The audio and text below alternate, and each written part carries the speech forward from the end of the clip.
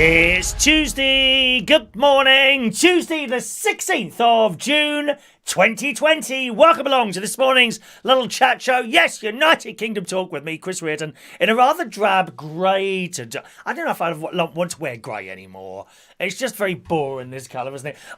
This suit has come out of the cupboard several times for weddings and christenings and things like that. Why buy a new one when you can wear the old ones? That's what I say. The Queen does that, you know.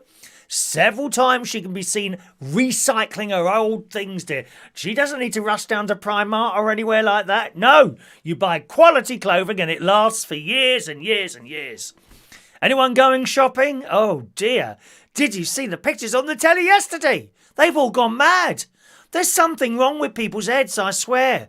Mind you, it might be all right today. The sun's out at the moment, and they say it's going to be sunny and a few thunderstorms today. We had a bit of a thunderstorm here last night. It was around about 7 o'clock at night, I think. 6 or 7 o'clock at night last night, we had a little bit of a thunderstorm. Although I didn't see any lightning, which I find lightning both very scary and amazing at the same time.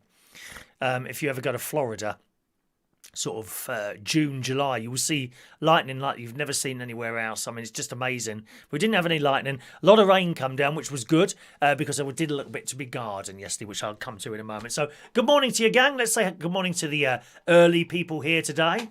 Good morning to Jason Hughes, morning. John Aitken, Shania, head of the Catholic Church, is there. There's Mandy Davenport, head of pain and suffering on this channel. Andy in the house. Christopher Woodhouse, good morning. Michael Pullman in Australia. Gavin Bass is there. Peter Wright is there. Christopher Woodhouse, hello to you, sir. Adam the plumber, nice there today. Good morning, Adam. A filthy peasant, even easy this morning. Morning to you, sir. Is that everyone? Scrolling up a little bit there. Diane Jebb. Hello, lovely Diane. Park Nest. Everyone's early today, aren't they? Gosh, everyone's nice and early. Paul and Lou and Adrian Richardson as well joining us on this rather sunny Tuesday morning. Although Park Nest said there's no sun in Yorkshire at the moment. Yes, I think my sister, when we had the thunderstorms last night, she said it was sunny where my sister is up in Lincolnshire. So, I don't know, all different parts of the country get different weather at different times, don't they? But yesterday was particularly nice, and I went for a mega cycle. A mega cycle. Now, oh, by the way, oh dear, let me just scratch my eye there. Just scratching my eye there. Oh dear. Oh dear, just scratching my eye there. Let me just move that around a little bit there. I've just got itchy arm. I've got itchy arm there. Itchy arm there, you know. I wonder what the time is. Let's just have a quick look. 8:46. We're bang on time this morning. Pardon? What's what? Oh, the watch. Did you notice the watch on my wrist? Yes. This is a present from DJ Chris. DJ Chris, or otherwise known as Christopher Woodhouse, this morning, boys and girls, who is on here, and he kindly is a friend of mine anyway, and he comes to was coming to the karaoke all the time, and I've known him for years when he was DJing in actually larger clubs than me. I mean, I did Heaven, but he did like clubs rather than pub clubs, which is what I do, you know. Morning, John. Anyway, I think he got a new watch, so he sent me his old one, and here it is. It's not an Apple Watch, but it's quite good, and it does, I'm trying to get used to it at the moment, it does heartbeats and, what else, heartbeats and measures things, and it tells you the time. It's got an alarm on it as well. It's supposed to ring when your phone rings, because it's kind of connected to the phone. I didn't expect it to work with an iPhone. I thought they'd be kind of locked to their own to their own watch. But no, I mean, it does seem to work with the phone because there's an app, and the app kind of mirrors what's on the phone. Very small writing, really. I have trouble seeing it. But there's like a heart rate, for example. Let's see, my heart rate would probably be raised now. When I woke up in the morning, it was something like 52. I do have a very low heart rate because of all the exercise I do. Right now, I would imagine it would be up quite a bit by now. It was 69, 68, 67, 68. Yeah, 67 at the moment. It's 66. It says my heart rate is 66 at the moment. And last night, I don't know, I mean, it says something about the sleep on here as well. Where's my sleep? Oh, that's on the app. The sleep's on the app. Let me show you this now. It's got an app on here as well. And shows you how much you've been asleep. Not that we need to be told how long we've been asleep. I'm sure we all know. But nevertheless, it does it. And it said last night, I'll show it to you in a minute. Let me just bring up there's the app. It's all nice and orange. It says I've done 466 steps already today, which 590, which doesn't seem right to me. I can't have done 590 steps this morning. So I don't know why that says that. I think it might be perhaps the way that I move it around. I don't know. I've only burnt 31 calories since I've been up this morning, which is very disappointing. Now, where's the sleep? Here's the sleep thing. So it says, last night I was asleep for 6 hours and 43 minutes. That's my night to morning. It says light sleep, 5 hours, 13 minutes. Deep sleep, 1 hour, 25 minutes. I don't know what that means. So does that mean anything to anyone? And I've been awake, it says here, for 5 minutes, that's wrong as well. I've been awake for much longer than 5 minutes. I don't know. I don't know what this does. And there's a little graph there of deep sleep, which is like the dark blue ones, and light sleep, which is the light blue one. So I don't know, really. But yes, thank you very much for that, Chris. All gifts, especially when they're free, are gratefully appreciated. Very nice indeed. Deep sleep or light sleep, I really don't know. Thank you, Mandy. Oh, I'm glad you noticed it. I wasn't going to mention it, funnily enough, Mandy. I wasn't going to mention it. I can't remember to make Yaku or something like that, which I thought was a yogurt, to be honest. Yummy, Yumi, something like that, probably from China or whatever. So there we are. All right, so that's it. But yesterday, it was a nice day yesterday, and I went for a mega cycle. Again, a new app that I've downloaded is called Relive, which I've shown you on here before, and it measures, it makes a little map out of whatever you've been doing that day. Either hiking or walking, which I do quite a lot now, as you know. Anything between sort of 3 miles a day, 3 to 5 miles a day. I'll either do that or cycling. And Monday I tend to do cycling because, of course, we've got all the posters. Was that a fly then? We got all the parcels to post, parcels and letters to post from Sunday night's bingo, which have all gone. Okay, and also Monday's raffle winner, which also went in the post yesterday afternoon. They were both in the post by about 11:30, I think. Oh, sorry, I've just clicked a little button there. So you're about to see the post boxes that I post your stuff in. And I do take it down to the sorting office because I feel it goes quicker from there. And I've made a little map. It was a mega cycle yesterday, probably the furthest I've cycled for some time. Doesn't sound a lot, 15 miles. I did 15 miles last night, but there's some very steep hills down here in Berkshire, which you don't get in Lincolnshire. It's very flat. Very flat. Boring. Yeah, the odd thing is, I think with a few hills and things like that, you don't seem to notice the time going so quickly. And the other thing I've noticed, if you plan a route out, you seem to be on the bike. How can I explain this? If you don't plan a route out, which I didn't do yesterday, and you just think, well, I'll go that way, and then I'll go that way, bearing in mind that you've got to come back again. So I kind of go off in a direction, and then I'll think, right, I've done enough now, let's try and come back another way, and I'll turn a left, and then I'll turn a left, thinking to myself, I've probably come in a circle now, and then generally I have. And you don't feel like you've been on there for so long if you do it like that.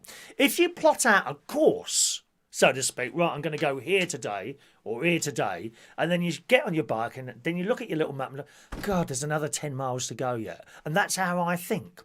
I'm a bit like that reading books. You know, I'll open a book and I'll read 10 pages, and then instead of seeing the rest of the story, I will just see another 500 pages and give up. Funny, isn't it, really? And it's the same with a cycle. You know, if I go on like, the other day I was going to go to Camberley. Well, I did get to Camberley. But I was going to go to, where was I going now? Chobham. That's it. Oh, it's posh there. Only someone like Claire could live in Pod. None of you lot could live in Chobham. Only Claire, because she's posh. She would fit in. Well, they wouldn't even notice she was there. Wouldn't even notice she was there because she's posh, Claire. None of you lot would be able to live in Jobbum. Not even me. Only Claire, who is incidentally head of afternoon teas and fashion on this channel. She would be able to live in Jobbum. Anyway, I was going to go to Jobbum. I ended up getting as far as Camberley. I thought, oh, that's enough now. And that's a decent trip as well. But to continue to Chobham, then you had to go on like a main road. And I thought, oh, I don't know about that. I like a main road, you know, the A30 actually. So I didn't do that. And I stopped at Camberley and came back yesterday. But that was, you see, that was a route. I'd planned a route and I'd got so far and I looked at, oh, it's another, I don't know what it was, 6 or 7 miles to get, I can't be bothered now. And I turned around and came back, you know. But when you go out and you just go with the wind, you don't seem to be out as long, although you actually end up being out longer than you probably would have done on a route. Anyway, so I took a route yesterday to the post box, and then I just went off, and I ended up spending 2 hours out there on a bike yesterday. So have a look at this. Here is my cycle yesterday, and I've also worked out how to put photos on it. So you'll see me stop at various places and little photos, including a delightful picture. I bumped into a couple of horses. Seriously, here it is, look. Right, so this was my ride yesterday. You shouldn't have any music, that's where I started. Here comes the post box first, there we go. That's where you get your stuff posted. All right, right in there. That's where it's posted. And there's a club that I went past in Binfield. Some fields there, I think. Oh no, there's an old church. Binfield Church, that's closed at the moment, of course. They are. There's the route there. I think the horses are coming up now. I'm sure they're coming up. There we go. And they came trotting over to me, these two horses. Aren't they beautiful? We love the horses. And then I started coming back. That's like an industrial estate that I drove through or cycled through. There's the bus garage near the town centre. Oh, no, we felt sick when we walked past that place. Vile place, dear. And then back home. There we go. And that was my route yesterday. Okay? 2 hours, 6 minutes, 15 miles. Not bad, is it? And I loved it. I loved it. I think I probably could have gone a bit further, but I noticed the clouds were building up and they looked quite thick. And I thought, oh, yeah, you don't want to be, seriously, you don't want to be out with no protection on you in the rain on a bike. That's not fun. That really, really isn't fun at all. It's bad enough when you're walking on a bike, it's even worse when you get nasty, horrible and wet. So there we are. And just to bring up the picture of the horses again, there we go, the two horses. There they are. Aren't they beautiful? Anyway, so they were on... does anyone do horse riding, by the way? Does Claire do horse riding? I don't know if Claire does horse riding. But those horses were on the other side of the field. And I spotted them and I got off my bike to take a photo. And anyway, they stayed over here. And I talked to them. You two all right over there? Well, over they came. Over they came, trotted away, put their little noses over the fence and allowed me to stroke them. Aren't they absolutely beautiful? So beautiful. I always, thank you, Chris. Yeah, I always wear that orange and silvery jacket when I'm out. I even turn one of my little red lights on as well on the back, little flashing light, because you never know. I mean, if it attracts someone's attention and stops you getting into some sort of terrible accident, then it's worth doing. But those horses, they just came trotting over and stopped there and allowed me to sort of pet them, which really, really made my day. I mean, it really did make my day. I felt so happy after they'd come over. The one with the white nose there, it's quite funny. I started petting the one with the brown nose, and then the one with the white nose tried to take a bite out of the bag that's on the back of my bike. So he probably thought there was something in there for him to eat, bless his heart. I expect people to stop there, you know, and give them apples and things like that. Next time I'll put a couple of apples in the back of my bike if I go down that way again. It's in Moss. The area is called Moss End. Moss End is the area that I ended up cycling to. And definitely have a couple of apples next time. Oh, not the pink lady ones, dear. Oh, no, not at those prices. Does anyone do horse riding as a matter of interest? Let's read some of your messages there. That's REM sleep, is it, Christopher Woodhouse? I don't know what REM sleep is. Is that a good amount of sleep to do? What was it, 1.25 hours of REM sleep? I don't know what that is, dear. The English word gift is the German word for poison. Is that right? That's very worrying, isn't it? I won't be poisoning anyone soon, I promise you. Not even any of the exes, no. Excuse me a moment. Where are we? All right.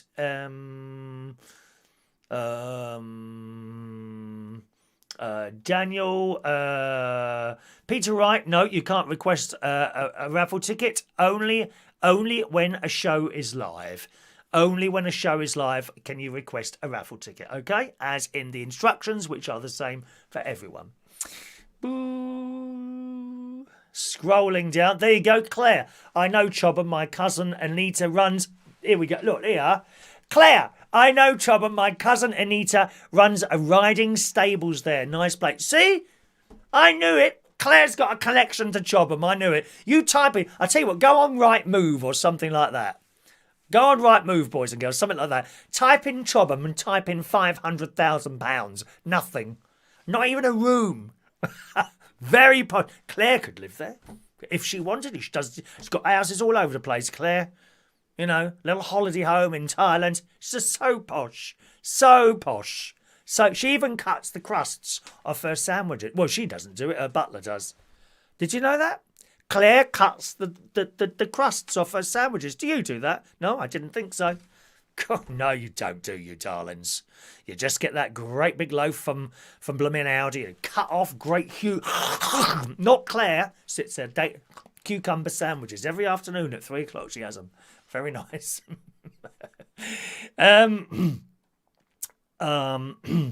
Yes, always wear that. You should always wear something like that on a bike. There's some mad drivers about, I'm afraid.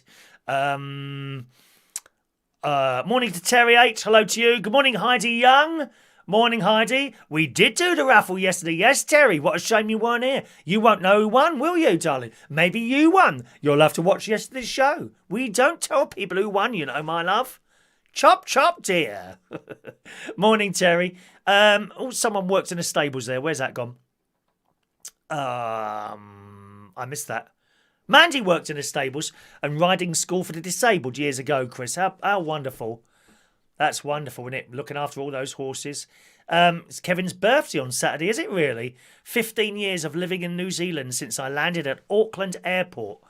Oh, wow. When he immigrated from South Africa. Oh, you'll have to remind us that on Saturday. If you're here Saturday, Kevin, you do get special treatment. Oh, yes. If you're with us live and it's your birthday, you get the birthday song personally sung to you, not collected with all the others at the end of the show. Oh, no, dear. It is personally sung to you by one of the world's best singers, me. So make sure you're here Saturday, and when you come up, just remind me that it's your birthday if you're not on my Facebook list, and I'll be very, very happy to do that for you. Okay? Just a minute, where are we? Andy, Gareth Loxton. Morning, Gareth. And Denise Andrews. Morning, my dear. Denise Andrews. She's the wife of Alton Andrews, who's a very, very, very good friend of mine. I worked with him at Liberty Radio in London. He was doing the late night show, and I did the overnight show, 2 till 6:30 a.m. That's the. I wasn't good enough for daytimes, I'm afraid. And we did have a good laugh at that radio station. We did. I never forget Alton Andrews. He had this old car. I think it was a Citroen, if I remember rightly. And sometimes I wouldn't be there when he finished.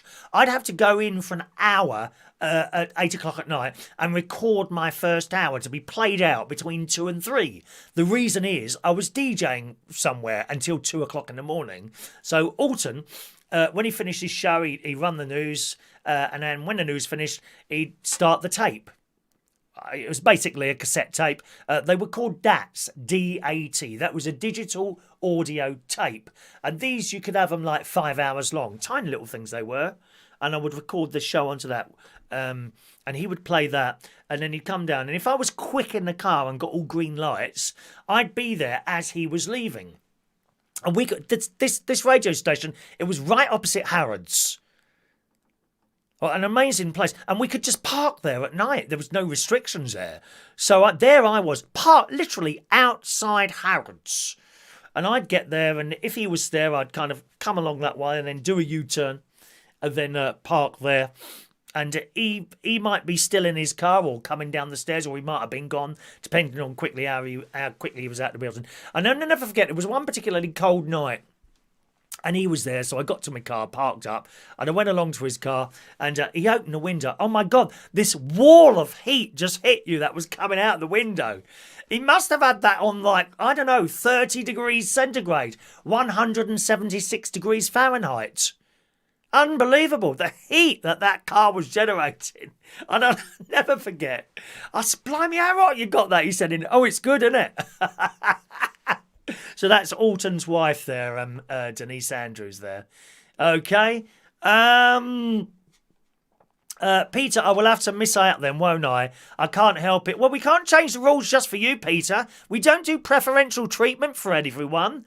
If you can't get a ticket, you can't get a ticket. That's just how it is. You know, same rules for everyone. You know, if you can't be at the lottery on Saturday night, what do you do with that? Do you ring them up and say, I can't be there today? Sorry, could you hold on to the lottery till 10 o'clock because I'm working till 9? No. You know, if you might be out today. You might be out today having a little walk, I don't know, late at night. And you might get back to the your house and you think, Oh, I'm not going to get back to the house till 3 minutes past 10. Oh, hello, is that the BBC? Yes.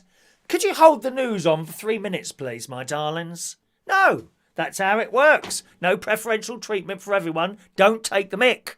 Andy. Sorry, Andy's explaining things there. There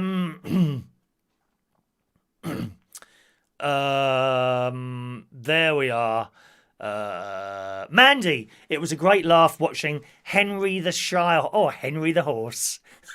I love it. Henry the Shire horse standing on my ex's foot and leaving it black and blue. I made sure I gave Henry a whole pack of polo mints for that. It made my day. Oh, what a shame you haven't got a video of that. We would like to have seen that. Incidentally, I do have some other pictures to show you today, boys and girls. I have some wonderful pictures as sent in by Andy. Not only that, I have some pictures of the latest flowers that are appearing and making their brief appearance in my front garden. Yes, in my front garden at the moment. If you would like to see those, then I request that we get 20 likes. We've got 4 already. So not too many to build up there. 20 likes we want to show you the pictures this morning, my darlings. All right, if possible. Thank you very much. 20 likes gets you to see Andy's pictures that he spent time and effort sending in. 20 likes we need, and also pictures of my flowers as well. Okay, Paul and Lou, can you delay the quiz tonight? I'm going to be 30 minutes late. You see, there it is. You see, if I did it for someone, that's what we'd get then. That's what we get. Next week, it'll be someone else. Oh, I can't make it today. Can you do that tomorrow? No. Now, look, here you go. Look, he's already found. Might be able to sneak an email while I work. Well, take his name. Peter, what branch of Wilco do you work in? I'm going to ring the management and tell them that you're sneaking out to send emails to some daft bloke sitting here in a little room on his own talking to himself while you're supposed to be at work at break time. There you go. You feel free to dislike as much as you like, Peter. It's probably you who always does the thumbs down anyway. You carry on. If it makes you happy, then please do it, darling. We're not worried about that, my love. I think there's going to have to be pain and suffering in the face of Peter. What do you think, Mandy? I'm going to leave it up to you. It's just being a bit difficult, isn't it? I don't like difficult people. Difficult people, dear.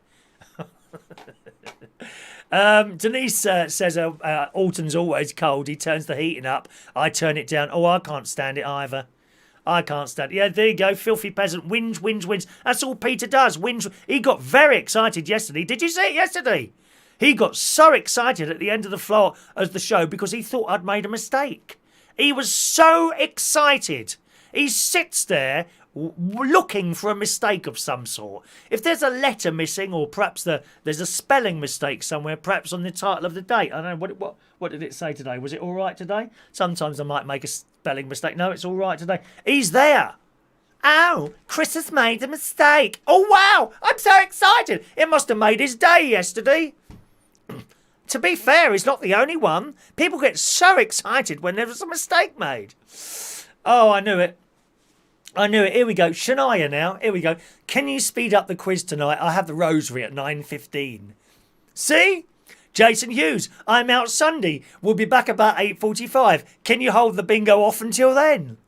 And it just goes on. Dear me. Anyone else want to have a go this morning? There we are. How are we doing on only 8 likes this morning? Which is a shame. Andy went to so much trouble, didn't you, my darling? Trying to get those little photos. Don't upset Andy by not liking. Yeah, Paul and Lou. Can you finish by 10:30? Jason wants Pop Master on. Good morning, Mike Reese Ponto. Morning to you. Michael Pullman doesn't see the problem as it's before the show starts, not after. Oh, dear. Right, so as I say, all your letters and parcels were posted from Sunday and indeed yesterday. Fran, is Fran with us? I haven't seen Fran pop up yet. Your fridge magnet is as well, also in the post. Maybe you'll get that today. I love it when people get stuff quickly. I love it. I can't stand if someone wins something. Well, I've got to get it in the post as quickly as possible. I'm the same with bills. A bill arrives, it leaves the same day. Can't stand it. Can't stand post waiting to be dealt with. I like to do it as rapidly as possible. So there we are. My grass seeds arrived yesterday. I'm very pleased to say. The day before. Grass seeds arrived on Sunday, funnily enough. You get deliveries from Amazon on Sunday, don't you? Which is great. I think it's great, Amazon. A lot of the time they don't even knock anymore. That's the weird thing. You go out the front door and there's another box. I love it. I love it. Open another little cardboard box. Ooh, what's that? How exciting. Can you just imagine it? I mean, if you open the box and Peter White jumped out and started, ow, ha, ha, ha, ha, you thought you had a box. I caught you out. He's like that, isn't he? OCD or whatever it's called, something like that. But it wasn't. It wasn't Peter Wright as well. Thank God for that. It was a box of grass seeds, I'm pleased to say. So yesterday I thought, well, it's a nice day, and it clouded over. So I've got this electric raking machine. A large part of my grass has become moss.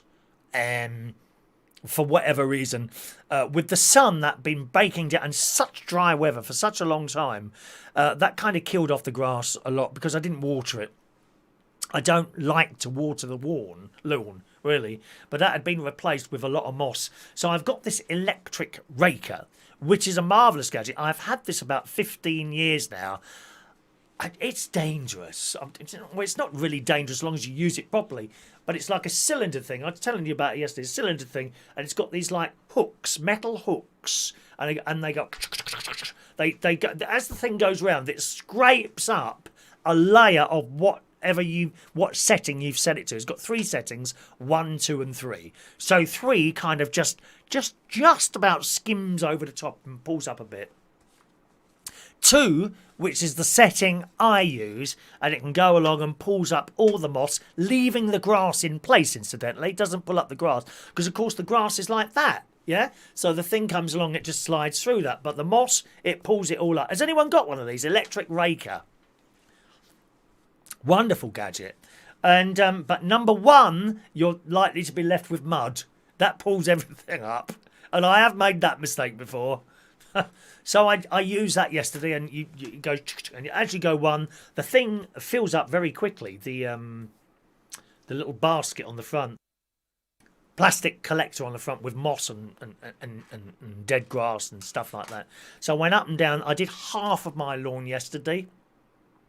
And then you get the grass seeds and you kind of sprinkle it across as much as you can like that. It looks bare once you've done that. It does look quite bare, like mud. Though you put your grass seed across it like that and then give it a little bit of a water. After you've done that, then you rake it with a normal rake, just gently so that the grass seeds are touching the earth, and then you give it a little bit of a spray with some water, gently. You have to do it gently, otherwise all the water makes the seeds run all over the place. So just gently like that, and then that's done. So that was good. And then last night as well, we had a little bit of a downpour here. Thunder and some quite heavy rain, but not for a long time, only for about half an hour, 3/4 of an hour last night. So that's watered it, and hopefully I'll have that. Those grass seeds, they say they will come up in a week, and I got those from Amazon about $9.99 or $12.99, something like that. So they're on the ground there, and if I'm lucky today, as long as we don't have any thunderstorms sort of early afternoon after my lunch, I'll go for a walk this morning, as always, after the show, and then I'll have my lunch, and hopefully I'll be able to do the other half today, because it does take a little bit of time and get that thing out. But I tell you what, anything that got caught under that thing, if you got put your hand, you couldn't do it. But say you were doing it and a child was running around or something like that, and they fell over and they put their hand out and your scraping thing went under that, your hand would be absolutely ripped to bits. It really would do. I don't know if anyone's got one of those, have they? Right, let's have a look. Excuse me. Have we said hello to Mick Davenport this morning? We might have said hello to Mick Davenport. I don't know yet. Mick says my raker is breathing. Oh, does Mandy have to do all that? Morning to George Bond. Does Mandy have to do all your raking? You want to get out and do it yourself? Something like that. Dreadful. Dreadful. There we are. So that was that. Talking about shopping and that, did you see them yesterday? For God's sake, man. People outside, is it the Nike shop or something like that? Nike shop? What do they call it? Nike? I call it Nike. Call it Nike, some people, don't they? Did you see them yesterday outside the Nike shop in London? I'm sorry. What is wrong with people? Desperate to get in that shop. There they were, pushing and shoving against the main door of Nike in Oxford Street.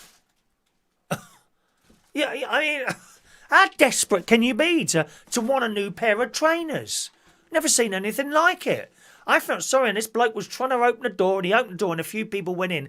And of course, the store is trying to do the whole social distancing thing. The customers aren't having any of it at all. As soon as they saw that door open, they're all pushing forward. He's trying to close the door. There's another one pushing through like that. Oh, it's dreadful people. Absolutely dreadful people around these days. And I don't know where it's all going to end. There's some awful people out there now. There really is. Shouting and screaming, and I'll do what I want. Dreadful. But Primark as well. In The Sun this morning, The Sun is reporting it's been hell. A distraught Primark worker has revealed what it was like during yesterday's reopening chaos. This is in The Sun, claiming there are still social distancing concerns. Now, round here, it's the same round here in Bracknell. Same round here. I've been in Aldi, and Lidl, keeping my distance from people, and it's a particular type of people that don't stick to the rules. I'm sorry, it is. Generally, they're wearing tracksuits. Generally, they're wearing tracksuit bottoms or tracksuits. And I've been in Lidl. There was an elderly lady in front of me. Remember a couple of weeks ago I told you this? And she was waiting for someone else to move off. At which point some young fat thing dressed in a tight tracksuit comes round the corner, reaches over the elderly person who's in front of me and grabs a box of eggs. It's disgusting. Disgusting. And they're the sort, it seems, a particular type of people that will not stick to the social distancing rule. They tend to be young and dressed in tracksuits. And I've seen reports on the We Are Bracknell Facebook group. A particular supermarket, actually Morrison's. And it's always surprised me, why aren't Morrison's staff making sure people's social distancing? Have you ever tried to talk to some of these people? Dressed in their tracksuits? 10 times stone overweight. Those sort of people, you know the sort. You know the sort. It's how can sort of a young member, and they're generally young people, aren't they, working in supermarkets? How can you expect like a 20 or 25-year-old girl or lad go up to some middle-aged fat bloke? Excuse me, would you keep your distance from people? It's not going to happen, is it? Not going to happen. I gather around here, Morrison's has the worst problem with that. It's the type of people. Now, I'm a big fan of Morrison's. I've got to say I'm quite a fan of Morrison's. I find their products quite nice. I quite like the colour scheme as well, yellow in there. Makes me happy. We like bright colours. We do like, I've got a bright colour story coming up for you as well today. We like bright colours, but the customers in Morrison's seem to be, according to other people, particularly bad about keeping their social distancing. Shocking. Good morning to Maureen this morning. She's got laryngitis. Oh dear. Oh, never mind. I wish Peter Wright would get laryngitis on his fingers so that they can't type stupid messages all day long. Huh? So that's the social distancing. Well, in Primark yesterday, one of the employees who spoke on condition of anonymity, is that anonymity? I don't know what the word is, described yesterday as hell and said keeping customers 2 metres apart just wasn't realistic. They just do what they want. This is the trouble. I've locked myself away. Our very good friend Adam, actually, him and his other half are suggested, because they're going out for a little bit of a ride in the car, I think, on Saturday this week. And he said, would he like him and his other half to come round and then we can go for a walk afterwards, which is a lovely, lovely thing to suggest. And normally I would do, but I had to reply to him, no, I'm still keeping my distance from people at the moment. We're getting ready for the second wave. I've already got tins of vegetables and things like that, dear. But these people, they're not bothered. I'll do what I want when I do it, sort of people. Well, up to you. This Primark worker told the Metro people were queuing up from 3 o'clock in the morning. I mean, how much do they save? I'm just intrigued about how much they save on a shop to Primark when it's on a £10, £15. It says, I know the people nearer the front camped out all night, and apparently there's already been near fights. Fights to get into Primark. It says we have no new stock yet, but that'll come. It's just how we left it before lockdown.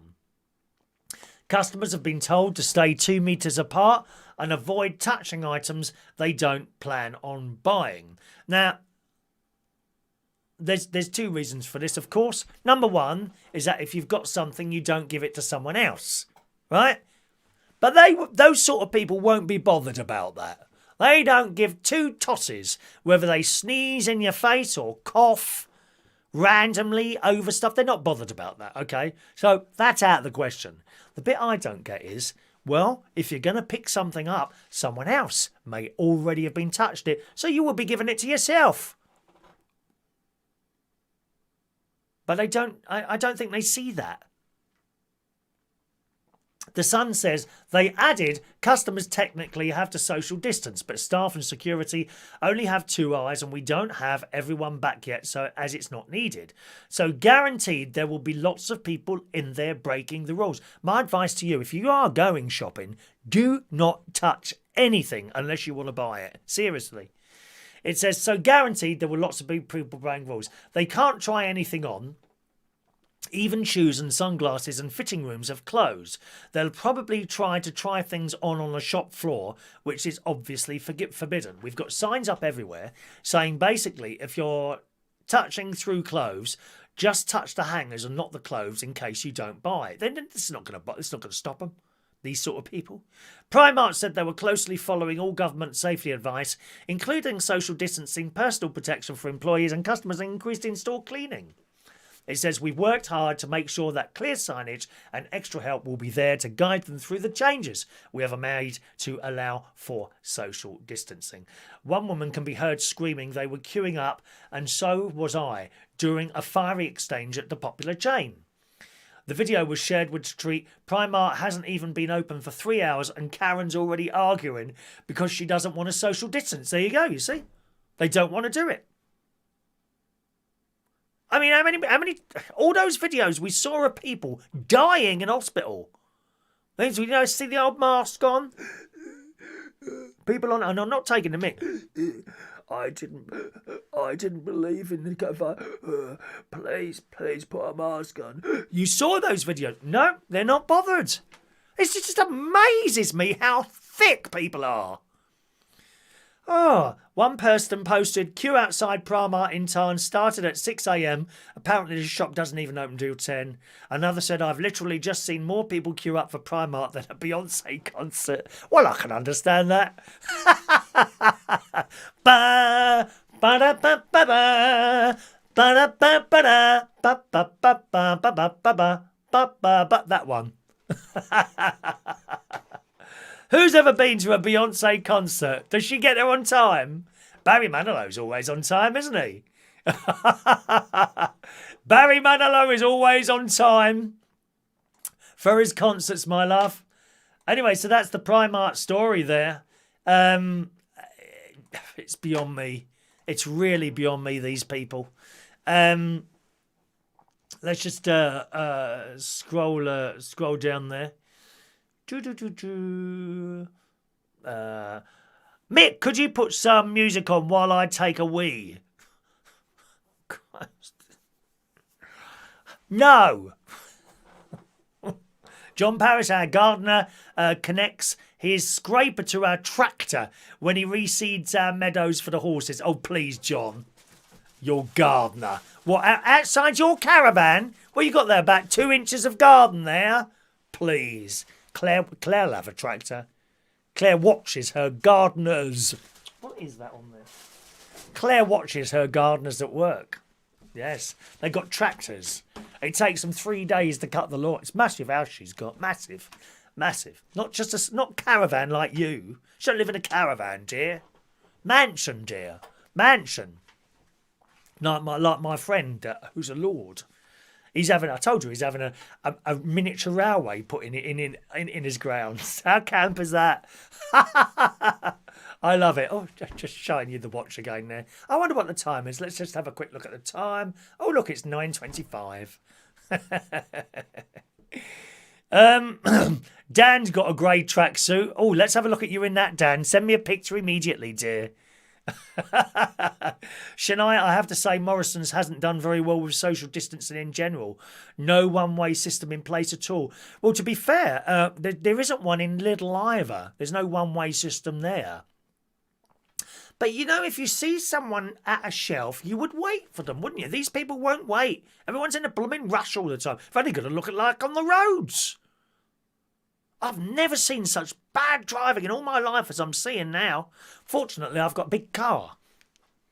I've got a big car. So when I go down a road that I deem to be a bit dangerous, I slow down. Oh, you want to see the lights flashing behind me? They want to go at more than 3 miles an hour. I won't let them. Their little indicators on, desperately trying to get around. Heidi, the staff should be issued with cattle prods. I like that. Tasers, Heidi. They're my favourite weapon of choice. Tasers. Every single policeman in this country should have a taser. Yeah, and as for all that business on Saturday and Sunday in London, water cannons, darling. Water cannons. Boris needs the water cannons.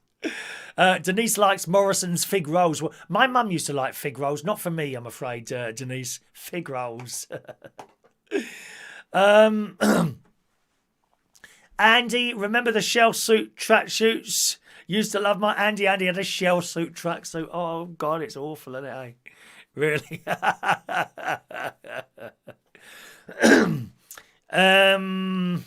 Where are we? Good morning to Ross Patel. Love the new backdrop. Well, you're a regular viewer then, aren't you? It's been up for 2 weeks. Where have you been, Ross? Ross is in Norwich, home. Oh, just a moment, Ross. Just a moment. Let me get that for you.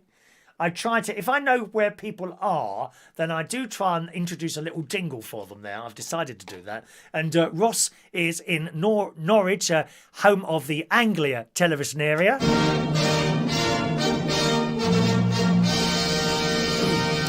Morning to you, Ross. Ross does a show on the Reach on Air. They've been relaunched, haven't they? Reach on Air, which I saw yesterday. Ross loves the new backdrop. We went for a walk on the seafront at Yarmouth and the shops there were dead. So no one went in Yarmouth. They were too busy on the beach. Good.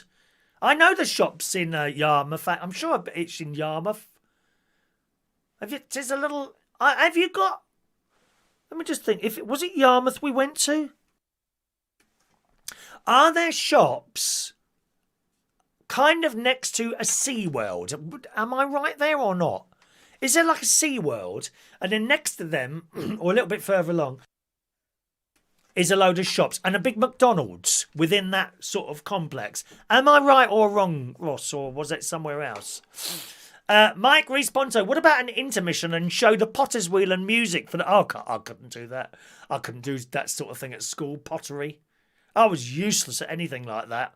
I just kept talking. Funny that, isn't it? Loads of tractors in Bristol. They're all farmers. I'm sure they are. Ross, the wider aisle supermarkets don't need one way. Smaller aisles. Yeah, but they still do it in Lidl. I saw it in Lidl and Aldi. People just come over and reach across you to get their stuff, and they stink. Dreadful people, dear. Dreadful. Ross, I think you should taser people who don't listen to your show. On the subject of shops opening, Jason Hughes, are you with us? In the Daily Mirror today, Greggs confirms it will reopen 800 shops to takeaway customers on Thursday. But this is excellent news. I like a Greggs, as you know. I think Jason's been getting them from Iceland, have you? They do frozen Greggs in Iceland, don't they? Daily Mirror says as part of its phased reopening plan, Greggs said a trial of a small number of shops opening had taken place before the decision was taken to offer takeaway orders in 800 locations. Greggs has confirmed it will open them on Thursday. In a report on the opening, Greggs says, in line with this plan, we intend to reopen the shops to the takeaway customers later this week on Thursday. All team members are being trained in the range of operational changes and protective measures that we have implemented across our retailer estate. So there we are. You'll be able to get your lovely Greggs sausage rolls, vegan and dead animal versions available. I love them. I love those vegan ones. They'll have floor markings as well, protective screens and PPE for staff and hand sanitizer. This hand sanitizer stuff's everywhere, doesn't it? I did see, so that's the news on the Greggs there, so I'm very pleased to be able to bring that to you, Jason. Although he probably knows already. I bet he's on the phone, Jason Hughes. Oh, hello, is that Greggs? Yeah, it was Jason again. When are you reopening? Well, I know I rang you yesterday. Yes, I know that. Yeah, I know. Yeah. Okay. No need to... Hello? I think they stopped taking his calls in the end because he kept ringing them up. Jason Hughes. Thursday, not long to wait now, Jason, before you can roll up with a mask on and order that. Yes, it is Yarmouth. I was right there, was I, Ross? Yes, I thought so. It was Yarmouth. Also a sea life in Hunstanton. The only thing with the sea lives, Ross, I don't know if you've found this, whatever one you go into, they're all the same. There's one in London. I've been to the one in Yarmouth. The one in Sydney, in Australia. I've been in that one. And another one, I think, somewhere. They're all exactly the same. All laid out the same fish in the same places. That's at least that's how I remember them. You know. And then you get to the little bit where you can touch things like starfish. You get a little starfish and you can touch it, can't you? You know, gently, obviously, gently. Don't pick it up and take a bite out of it. You know, we're not in China, love. Although they eat some very strange things there, don't they? Let's carry on. Paul and Lou, if you wear a Lonsdale tracksuit, you're safe. No one will go anywhere near you. You could be right there. You could be right there, I suppose. Morning to Roy Brownlow this morning. Mick, you thought Primark queues were bad. Jason would be camping out all night outside Greg's. I wonder if there'd be queues for that. Their food is just nice. It's nice food, isn't it? And it's well priced. I never ever go in Greg's and think, oh, I've just been ripped off for buying a sausage roll. No, not at all. Never. Never. In some places for a cupcake and I want £5 for a bleeding cake. I don't think so. Dear me. Peter Wright, 48 hours to go to sausage roll wars at Greg's. Quite possibly. Ross has never been to Sea Life. It was a rip-off and done in 20 minutes. Oh, it's done. You're not in there very long, to be honest. But on the other hand, it's not really a rip-off, though, is it, Ross? Because you can imagine how much it must cost to run something like that. All these fish have to be fed. The water heat, a lot of them are in heated water. Staff to pay. So, no, I don't think it is ripped off. I don't think you are ripped off in it. Yes, of course it's expensive, because that's what it is. You know? But I don't like being ripped off. If I think I'm going to be ripped off, I won't go somewhere. Simple as that. Carrying on with the shopping story, going across to the Daily Mirror this morning, John Lewis. See, we got both ends of the scale. You know, we got stories here for people like Roy Brownlow. We're talking about Primark. And now like a story for Claire, where we're talking about John Lewis. And it says in here, people queued up to get in at John Lewis. Did anyone do shopping yesterday on here, as a matter of interest? Did any of you go to the shops yesterday? People queued up to get into John Lewis as it reopened its first 2 branches since March. And now the department store has named exactly what people couldn't wait to get their hands on. John Lewis has named... despite operating online for the past 3 months, this morning was the first time since lockdown customers could head into store. Eager shoppers were greeted by staff on hand to offer guidance about the new measures in place, including they all want you to pay with contactless, don't they? I mean, to be honest, I kept away from contactless all these years. I've just started using it now. I've got the Apple Pay, which I'm getting better at now. Sometimes it only takes me 2 goes to get it to work now. I have terrible trouble trying to get that to work. And sometimes I use my card as well. But I was a cash man right up to March. When I got paid at work, excuse me. When I got paid at work, I would hold money back and that would be my spending money this week. So most of it in the bank and left a little bit of money out and shopping. Well, not anymore. Because the cash is dried up. I've got £10 in the house. The cash completely dried up. And I have no cash coming in. So now it's all bank money into the bank from my rental properties, you see. So it's straight into the bank like that. So I've had to start using contactless as well. I think over a period of time that we were using less and less money, weren't we? Or most people were. I wasn't. I was still using cash. But this has forced me to go contactless. I mean, the banks must be so pleased about that because they've wanted that for years. They don't want cash. They want little numbers going up on the screen. My friends, I have met many friends who are pub managers. Well, they're all not working at the moment. But when you talk to them, they're always pleased when, as a night goes on, the cash stops coming in and people start using their cards. And managers tell me once people start using their cards, they spend a lot more because you're kind of not really aware that, you know, when you're using your card, it doesn't get lighter every time you use it. Do you know what I mean? Whereas in your pocket, you know, you've got some money or in your wallet, you know, got a little wad of notes perhaps in there, a couple of notes in there, and once they're gone you think, oh right, well I've run out of money now, I go home. Not the case with the cards. It just keeps coming, you know, and then at the end of the month they get this massive bill. Does it stop on the next month? No. So managers of pubs and clubs are always very pleased once the credit cards start coming out. But they've wanted this for years, the banks. They don't want cash, and governments as well. They want to be able to follow every single penny that you spend and every single penny that's coming in. Well, that is the case now. You know, that is now the case for everyone, I think. And the shops don't want you to use it. It's all right, you know. The card works quite well, you know. Just wave it. You don't have to touch anything. You just wave it over that machine and bing, and then that's it. You haven't even got push numbers. Have you? Don't even have to have the receipt. You know, you come out of Audi. Would you like the receipt? No, thank you. Don't want to touch something. You know. John Lewis has named exactly what people were queuing up for to buy as it reopened. Right? So here we are. There are new customer services hosts to help manage queues and customer numbers in the store. Now, is that a queue? That looks like a queue. That looks like, I'm looking at a photo now. People queuing up to get into John Lewis this morning. Not a single tracksuit in sight. I kid you.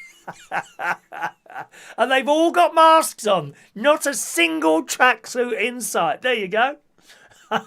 It says, But what was so vital people queued up for in person? Customers were returning to the shops to buy fashion items, kitchenware and technology, from washing machines to mobile phones, John Lewis said in a statement. Now, presumably, if you've not been going out, which you shouldn't have been, spending money, you've probably got a little bit of money in the bank now, haven't you? And these people are rushing out. They can't wait to get rid of it, can they? Rushing out. Are they looking forward here by any chance? Must always hold a little bit of money back for a rainy day, you see. One lady who was shopping in Kingston, John Lewis, went for some kitchenware, got myself a steal on a set of Sabatier knives. I don't know what they are, she told Mirror Money. These are the most popular items ring through the tills by the shoppers this morning. Number one top sellers in the first 2 hours at Kingston John Lewis were buttons. Buttons. They were the top seller in the first 2 hours of trading at Kingston John Lewis yesterday morning. Buttons. Followed by number 2, British Fashion Council face coverings. Number 3, egg cups. Isn't it weird? Number 4, China sets of china, or some lovely ones in Selfridges, sets of china. And number 5, baby sleep suits. I suppose all the little babies have grown up now, haven't they? So that's the first 2 hours trading at Kingston John Lewis. So that's quite a posh area. That's somewhere where you would see Claire going into. Top sellers in the first 2 hours at Pool John Lewis. Poole. Pool John Lewis. Number 1, towels. Number 2, sofas. People are going out and buying new settees in there. Number 3, pillowcases and bed sheets. Number 4, televisions. And number 5, printer cartridges. Top 5 sellers. Isn't that funny how that's completely different to the Kingston one? Isn't that strange? That really is. It says that John Lewis has taken a steady, gradual approach to reopenings, with more shops opening later this summer, depending on how customers and staff react to the new ways of operating. There you go. All right. So that's interesting. Did anyone go shopping yesterday, I wonder? Anyone at all? Just scrolling up there. 1 second now. Roy says it's £1.45 for a steak bake. Is it? Oh, I don't know. I've never had one of those. I don't know what they're like. Heidi Young, Greg's tuna crunch on malted bread. She likes that, do you, Heidi? There's not one near the caravan site, is there? Nearest one's in Boston, I think. Ross says he takes the kids to a pet shop to look at the animals. It's free there. Cheerio, Ross. Mick says that £10 has lasted you 2 months. Well, it's had to, my dear. It had to. Adrian hasn't touched cash physically for about 4 months. 4 months now. They do apparently carry disease. Cash. You never think about that, do you, really, when you pull out another £5 note from your wallet? You know, or a 50p piece.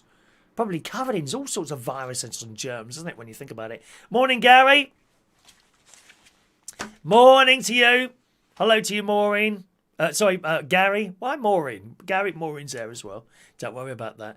Mike Responto's been trying to use less and less money for years. Must be doing something wrong. Oh, yes, indeed. Heidi, good old John Lewis. Sign up to the members card. Great perks. Get free cake and coffee. Me and my mate was a few years ago. John Lewis in Reading. We went up and had fish and chips. It was like 30 quid. Dear me. It was nice. It was nice, but 30 quid, dear me, for fish and chips. You can also get your card used in Waitrose for free paper and coffee. May have changed a while. Yes, I haven't used that for mine for a while either, to be honest. Morning to Brenda Lee, joining us today. Good morning, Brenda. Peter Wright's had no cash on him for 3 or 4 months either. No, that's how it is. Shania had a little wander after work around the shops. You be careful, Shania. Keep washing those hands, my darling. So there's the shops there. All right. What else have we got here for you today? How are we doing on the likes? Did we get 20? What do you know? 20 likes. We got 22 likes now. Okay, let's show you these pictures. First of all, Andy has kindly sent a couple of pictures in. Let me just find the little message from him with where it was. There, where is it? There we are. Oh, I've got a couple of people to add to the bingo on Sunday. Amy Clark and Kaz Bradford. So I'll be doing that after the show today. Okay, where's Andy? There we go. Andy. So Andy. Hello, Chris. Just a couple of pictures with some United Kingdom Talk stickers, which he's won in the past. First one is his wall clock, and second is my calming light. When my anxiety is bad, I put this light on and it calms you. So here's Andy's pictures there. I hope you haven't stuck that on there, have you, Andy? What does that say at the bottom there? It looks like is it a Wi-Fi password? Is it? Oh, we like that light. That's nice, isn't it? That light there. Have you got your Wi-Fi password stuck on it? That looks like is it a Wi-Fi password? Wait for it. There it is. At the bottom of the clock. It is, isn't it? That's your Virgin Media Wi-Fi password. Why have you told everyone that? I've now displayed that to everyone. There you go, gang. Thank you, Andy. So if you want if you want some free Wi-Fi, just pop round Andy's house, park yourself up outside there and log on. Andy, you are funny, darling. I love it. Thank you, Andy. Excuse me. Oh, Brenda's asking Jason if he's single. There you go, Jason. You got someone coming on to you today. I remember someone came on to me once. I think it was 1992 the last time, if I remember rightly. So there's Andy's pictures. All right, thanks for sending those in. As always, if you want to send anything in, pictures, little videos, anything like that, Peter often sends stuff in. Send it over. chris@unitedkingdomtalk.co.uk is the full email address. All right, chris@unitedkingdomtalk.co.uk. Good morning, Fran Green. Morning, Fran. I was talking about you earlier. I can't remember what I was saying now, Fran. Oh, yes, just your fridge magnets in the post. That was it. Morning, Fran. Okie doke. Also, I've taken some pictures of the flowers outside the front of my house. Here they are. So there we are. The hanging basket's doing well. I don't know what that pink thing is, but it's wonderful. As you can see, the lilies are about to all flower. Top right-hand corner, all those orange buds. They're waiting to come. Now, what are these? These open during the daytime and close up at night. They're so pretty. Ever so pretty. And I've had them now for some weeks. They last a long time. Okay, there's a top thing from the 3 lilies that have opened so far. So they're all coming out. These ones don't smell. They're ornamental lilies. Okay, so they don't smell. And there's a geranium. That's from last year. That survived the winter. Came back. As you can see, that's surrounded by lilies. That's at the side of my house. And they're the blue sort of everlasting geraniums. I haven't got many of those. I've mainly got pink ones. But I've got about 2 or 3 smaller blue plants. And the geraniums. You see where the little brown bits are? That means you need to cut those things off, which I'll be doing at some point. And then you just keep getting more and more flowers. There we are. There's a side view. Look at that. Isn't that pretty? That's the front of my house there. I've got those pink carnation type things in. I don't know if they're called carnation. I think they might be called just pinks or something like that. Okay? So there, my little flowers. Thank you very much for sending all those pictures in. Now, I want to show you the picture. This picture, actually, we're talking about shops and John Lewis and places like that. How do you think, like, the managing director of department stores would look? Don't you think there's a certain look? Whether it's a lady, she'd have some sort of really nice designer dress on or something like that, and all the hair done, spick and span, beautiful makeup and all that, wouldn't you? If you was a lady, there's plenty of look at Deborah Meadham, for example. I'm a big fan of hers, Deborah Meadham. I like her very much. She always looks like perfect, doesn't she? And also the blokes as well. People like, again, I'm thinking of the people on Dragon's Den, Duncan Bannatyne, for example. He's a little bit more rough and ready. Doesn't seem to wear a tie very often. He's got that open. But certainly the chap at the other end, God, what's this? I've forgotten his name now. Oh, what's his name? The one who said Peter. Oh God, Peter. Can't remember his name. Peter who sits at the other end, always got the suit on, meticulously dressed, the tie's up there, the shirt. He looks fantastic, doesn't he? Well, I ask you this. Can't remember his name now. Peter Marshall. Someone will remember it on the chat there. Peter something or other. Oh, I can't remember now. Can't remember. Let me just. One moment, please. All right. Okay. Excellent, Gary. I'm doing my brain in now. Peter. Come on, what's his... Peter Jones. Thank you, Daniel. Peter Jones, that's the bloke. Always so perfectly dressed at the end there, isn't he? Perfectly dressed. Well, I'm watching the telly this morning, and they started talking about Debenhams. And they're like, let's talk to the, whatever it is, CEO, managing director of Debenhams. I don't know what his name is. But bearing in mind what I said there, and this is in no way criticising how someone should look. You look exactly as you want. If you're walking around with earrings all over your face, tattoos, couldn't care less. That's up to you. And you look fantastic, whatever you look like. But you're thin, fat, don't care. You look fantastic, whatever you've decided to look like. Right? But you've just got this opinion of how someone would look. Here's the managing director of Debenhams. Now, does he look like a managing director to you? No disrespect to him, what he's wearing, but I don't know, he just doesn't look like a managing director, does he? You expect like a clean shaven and a tie and a suit and a jacket on, but he's decided to just wear what he wants, and he looks, I think the style is great. I think what he's wearing there looks pretty good. But as a managing director, that is not how I would expect a managing director to look. But there you go. We've often been said, isn't it? Often been said, never judge a book by its cover. If you was in a pub and you saw that chap coming along, would you think he was managing director of a large organisation? Because I wouldn't. Never judge a book by its cover. I think that's amazing. How he's gone out of, just does his own thing. He's not worried about people thinking, and why should he anyway? So there we are. LaBelle reckons he does. Good morning, LaBelle. Does look like a managing director. Thank you very much. Good morning to Mr. Media Mate. Good day to you. Hello to you, sir. Peter, do anyone get a phone making out they are Amazon? Yeah, just don't answer those things, Peter. There's a lot of scams going around.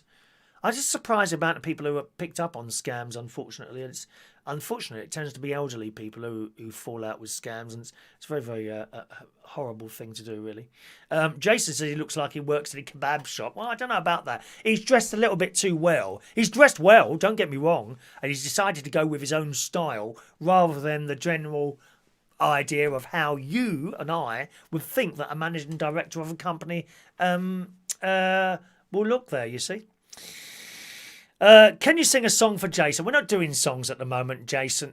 Brent, darling. We don't do songs just randomly, I'm afraid. My poor voice can't cope. It really can't cope.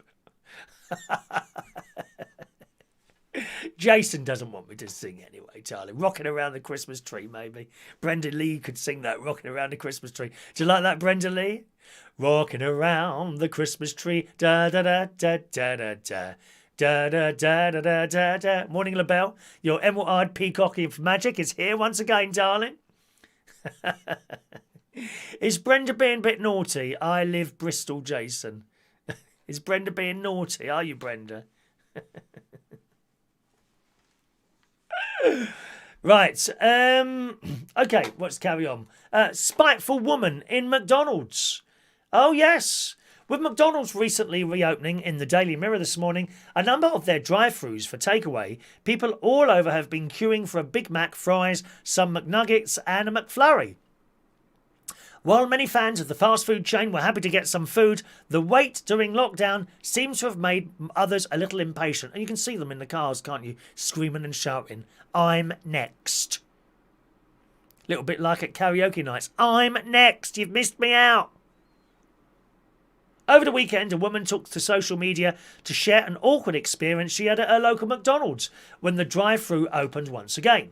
The woman who's in Australia... You seem to have a lot of trouble in Australia, Michael Pullman. A lot of people with no patience in Australia, it seems to me. The woman's from Canberra, Australia, explained how she'd been placing her order when a young lady behind her began honking her horn to get her to hurry up. Finding this behaviour rather rude, the woman hatched a plan to teach the other driver a lesson. She revealed all in a post on the Canberra Notice Board Facebook group on Facebook, reports news.com.au. It read, "I was in a long McDonald's drive-thru this morning and a young lady behind me honked her horn because she thought I was taking too long to place my order. I thought to myself, take the high road. So when I paid for my food at the first window, I paid for both our orders." Oh, there's someone at the door now, dear. Talk amongst yourselves a moment.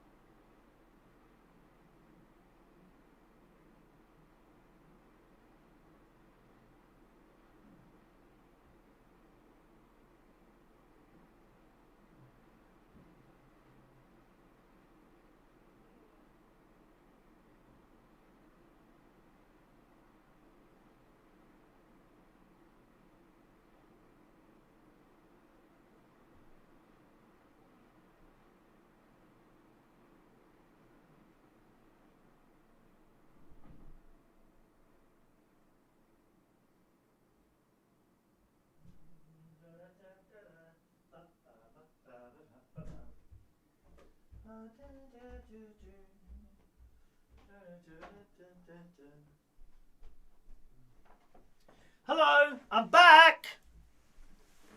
That was Amazon. I think actually it's I think it was a Stanley knife he was delivering. So they have to have ID for that. Oh Christ, can't find your blooming driving licence when you want it, can you? Now, where were we now? We talked about McDonald's. The lads at the counter must have told her what I'd done. Hang on a minute. So she paid for both the orders. The lad at the counter must have told her what I'd done as she leaned out the window, waved and mouthed thank you. Obviously embarrassed, I'd repaid her rudeness with kindness. But here comes the real kicker. She added, so when I got to the second window, I showed both receipts and took her food too.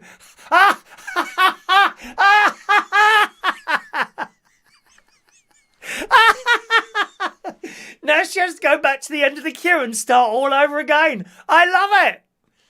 I love it. Her post quickly went viral, dividing people on social media, with some finding the woman's actions cruel. It wasn't cruel at all. There's some old bag behind you. Beep, beep, beep, beep, beep. Good. I'm glad she did that. One person replied, it's so petty, so incredibly petty, but it made me laugh like a drain.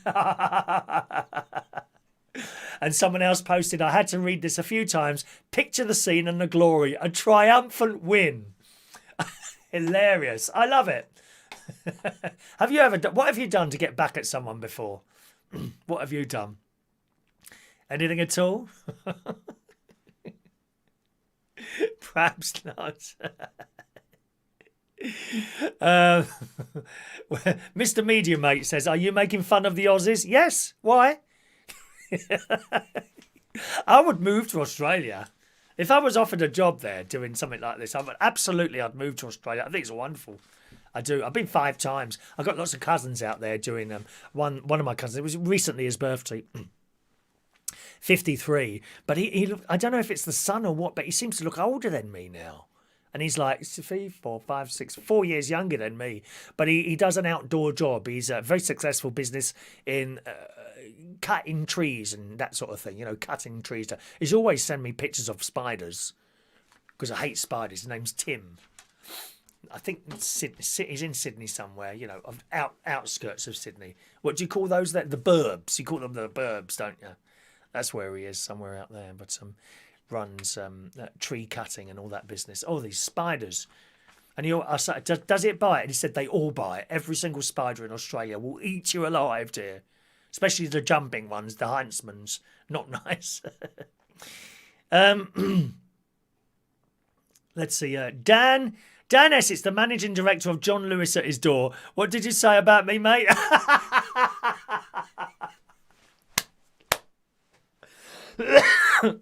That's funny. I like that. There's somebody at the door. Do you remember that? Now, what was that? There's somebody at the door. There's somebody at the door. What was that one? Was that EBC, Emus Broadcasting Corporation? Was it that programme? I think it was. Something like that. Thank you, John. Peel's time.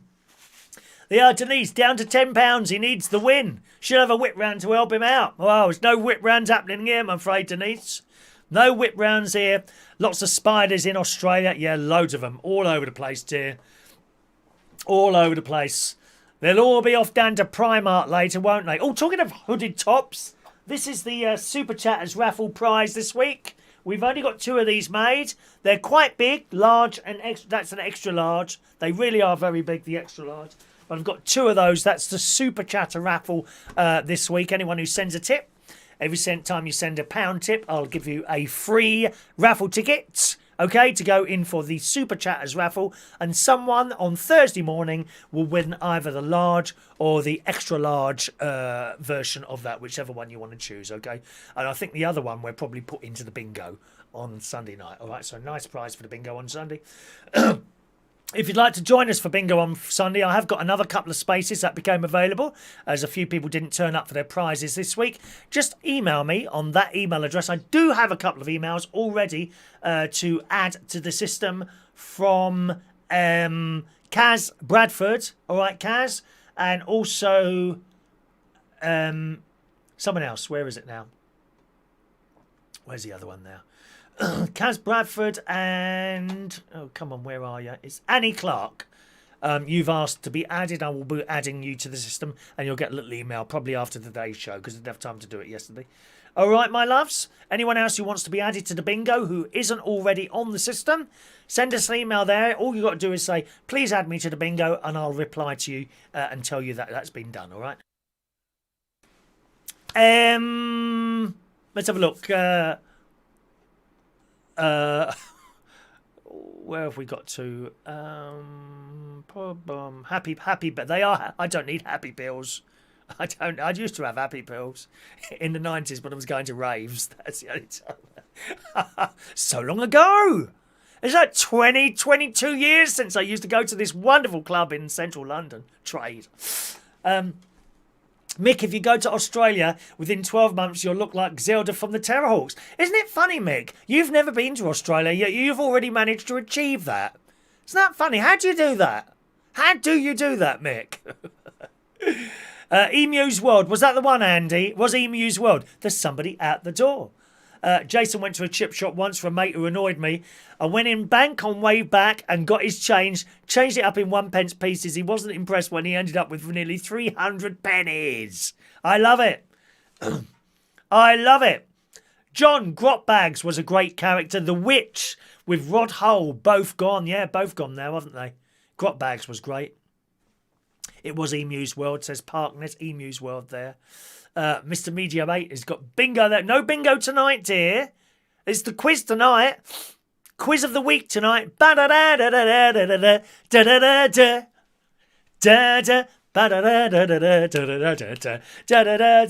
Maybe we need a bit of music for the quiz when I start it. Maybe that should have its own sort of opening video.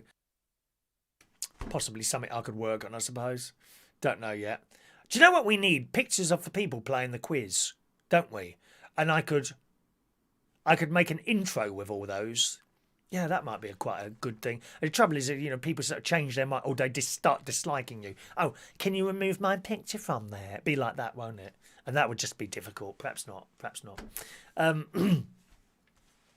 Oh, Jason, do you iron your face in the morning, Mick? I think it does. No wrinkles on his face. We've seen the pictures, Mick. Blimey. I mean, I was surprised you were still alive when I saw those pictures, dear. Gosh. Where's Daniel? Daniel's in Romford. Are you in Romford? Oh, that's why I used to do that DJing in Colours Bar, didn't I? Yeah. So quiz tonight, boys and girls. 8 o'clock is quiz time tonight. It's all ready to roll.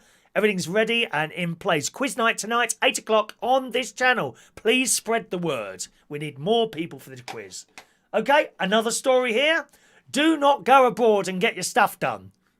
Hair, teeth, anything like that. I've heard some terrible horror stories about people, and you can understand it, to save money, have gone to I remember hearing a story about some bloke that went to have his teeth done in Thailand.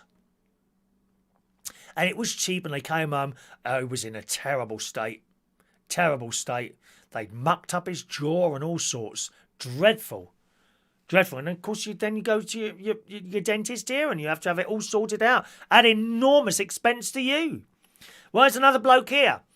He's had his hair transplant done in Turkey. Now, he's only a young lad. And I've got a bit of a thing about that as well. Blokes don't like to lose their hair. Some people, it doesn't bother them. They're quite happy to shave the lot off. I would like that a little bit put back in there, but I don't think I'd have a hair transplant. My mate had a hair transplant. Looks all right, actually. Keith is his name. He's all sorts done to his face now, But it's what you like. I don't go along with that cosmetic surgery, really. This British bloke, 26, he was only 26, a British man has told how he was left with a scarred head and bald spots after undergoing a botched £1,250 hair transplant in Turkey. And there's the thing. It's still an awful lot of money, £1,250, but probably a lot cheaper there than it would be to have done here. This lad, Luke, 26, from Bradford in West Yorkshire, was worried about his thinning hairline, so he found a clinic in Turkey that would perform a transplant for half the price than it would be in the UK. Yet after flying over there for the 6-hour operation, the 26-year-old was left with scars and bald patches and no sign of any hair regrowth months afterwards. And it looks really bad. I mean, it does look really bad. I'm going to show you. Let's take a picture and show you. Let's show you this. I mean, it looks really painful, to be honest. Look at that. That's nasty, isn't it?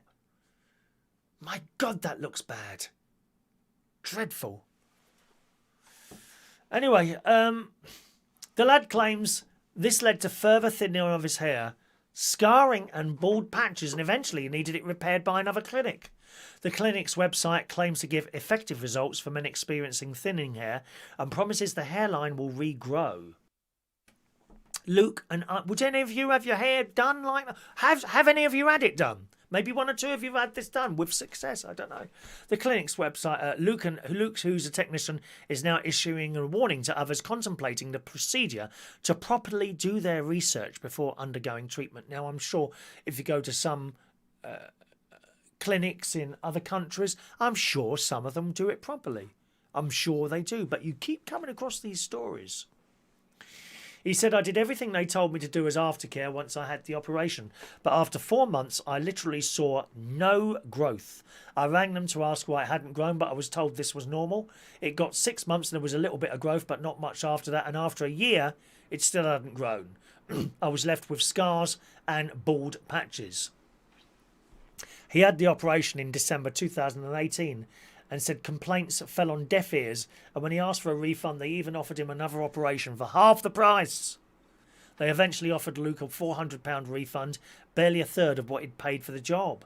Luke, who began noticing his hairline was thinning at 21, said he thought he'd found a bargain deal but has now urged other men to fully research procedures and clinics. Terrible.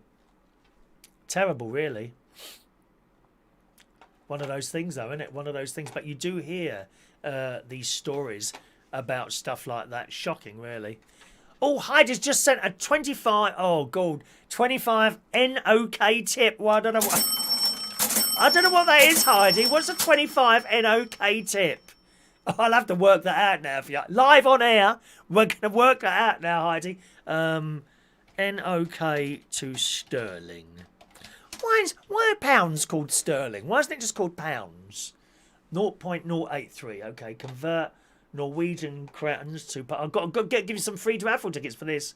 Okay, so what did you say? Was it 250? 25. 25. Okay, let's do this. 25 NOK to pounds is... is about £2. That sound right? £2 I've got that as. Thank you very much. So she sent a £2 tip this morning. So I must give you 2 free raffle tickets. You might win that now, Heidi. Not only that, rather than me put it in the post, I might even be able to deliver it to you in your caravan. How fabulous would that be if you win? Here you are, Heidi. So, let me do this for you. Heidi Young. This is to win. 552 and 553 for you there. And that's to win this. Okay, large and extra large. If you win, you choose which size you want. And we'll put the other one in the bingo, I think. Excuse me, can I just blow my nose there? Do you do a noisy blowing noses? Who blows their nose noisily? Hello, me. Anyone else do noisy nose blowing? There you go. All right. So you might win there. Every time you send me a £1 tip, I'll give you a free raffle ticket, 2 for Heidi there. I don't think I've ever received Norwegian krona before. Corona. Oh, it's not infected, is it, Corona? My Corona.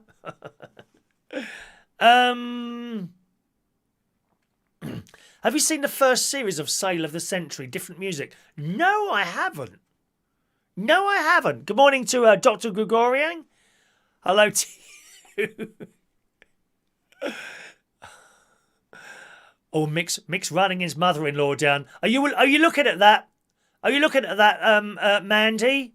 Mick's running your mother down. Take a Photoshop of that and show it to her next time. And video us when she comes round to see the pain and suffering that she will be giving out, my love. Yes. Pain and suffering, that's what we need. Is it your birthday tomorrow, Dr. Gregorian? Is it? Is it your birthday tomorrow? Well, I hope you're with us live, then you get your special treatment, all right? Fran met Grotbanks when I worked in the Chippy. Of course, she said when I asked would she sign my daughter an autograph, lovely lady. They're not all lovely, you know, Fran. Some of them are really awful, some of these celebrities. They won't sign anything or whatever. Heidi says it's just over £2. Yeah, that's all right, darling. That's all right. That's all right. Whatever you want. 50 pence, £1, £2 million. We accept all currencies, dear, here. We're very internationally friendly. Just don't eat foreign food because it's very bad for you, my love. Don't go anywhere near anything foreign. My mum told me I would die if I ate anything foreign.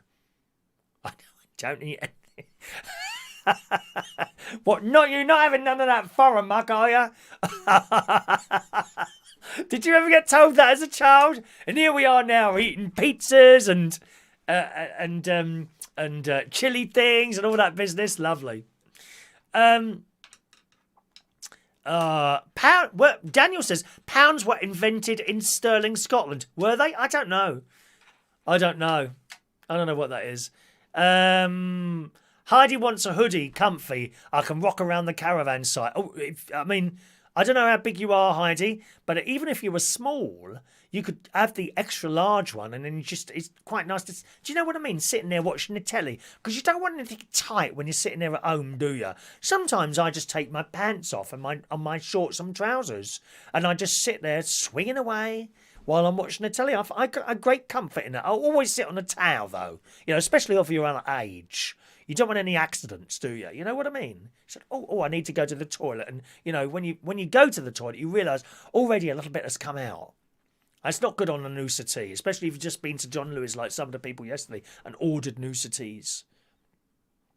Very dangerous. I've just realised my software seems to convert the price anyway. Well, I didn't know that. It seems to convert it to sterling anyway. Oh, that's interesting.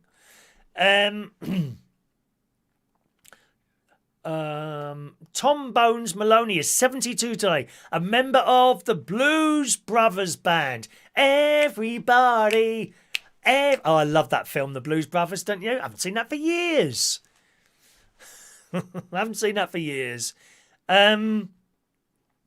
Where are we going to? Mandy, yes. Mandy's taking a picture of that. Mandy, yes, I am. Chris, don't worry. I'll hand out pain and suffering for Mick on behalf of my mum. We could both do it at the same time, actually. Double lot of pain and suffering for you, I think, Mick Davenport.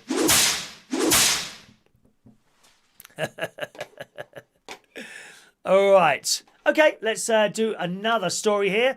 Talking of Scotland, that leads us nicely onto this story here. The Shetland Islands. Where do you think a rocket has been fired from to go up into the sky and do satellites and all that business?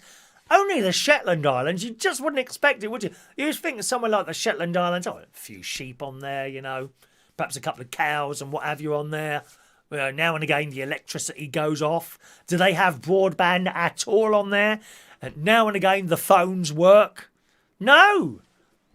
The remote Scottish, this is in the Daily Mail, the remote Shetland Islands have joined the space race renaissance after the first suborbital launch from the archipelago. I don't know what that is. A 2-metre rocket called Skylark Nano blasted off from the Fetherland Peninsula on Shetland's mainland and reached an altitude of 6 kilometres, 20,000 feet. The rocket from Skyrover, based in Edinburgh, performed the launch on Saturday. Skyrover says the launch was purely for educational purposes to help the firm plan for future missions that may launch from northern Scotland. The Shetland site is one of 3 proposed spaceports in Scotland. Nano provides experts with valuable data to help improve their larger launch vehicles.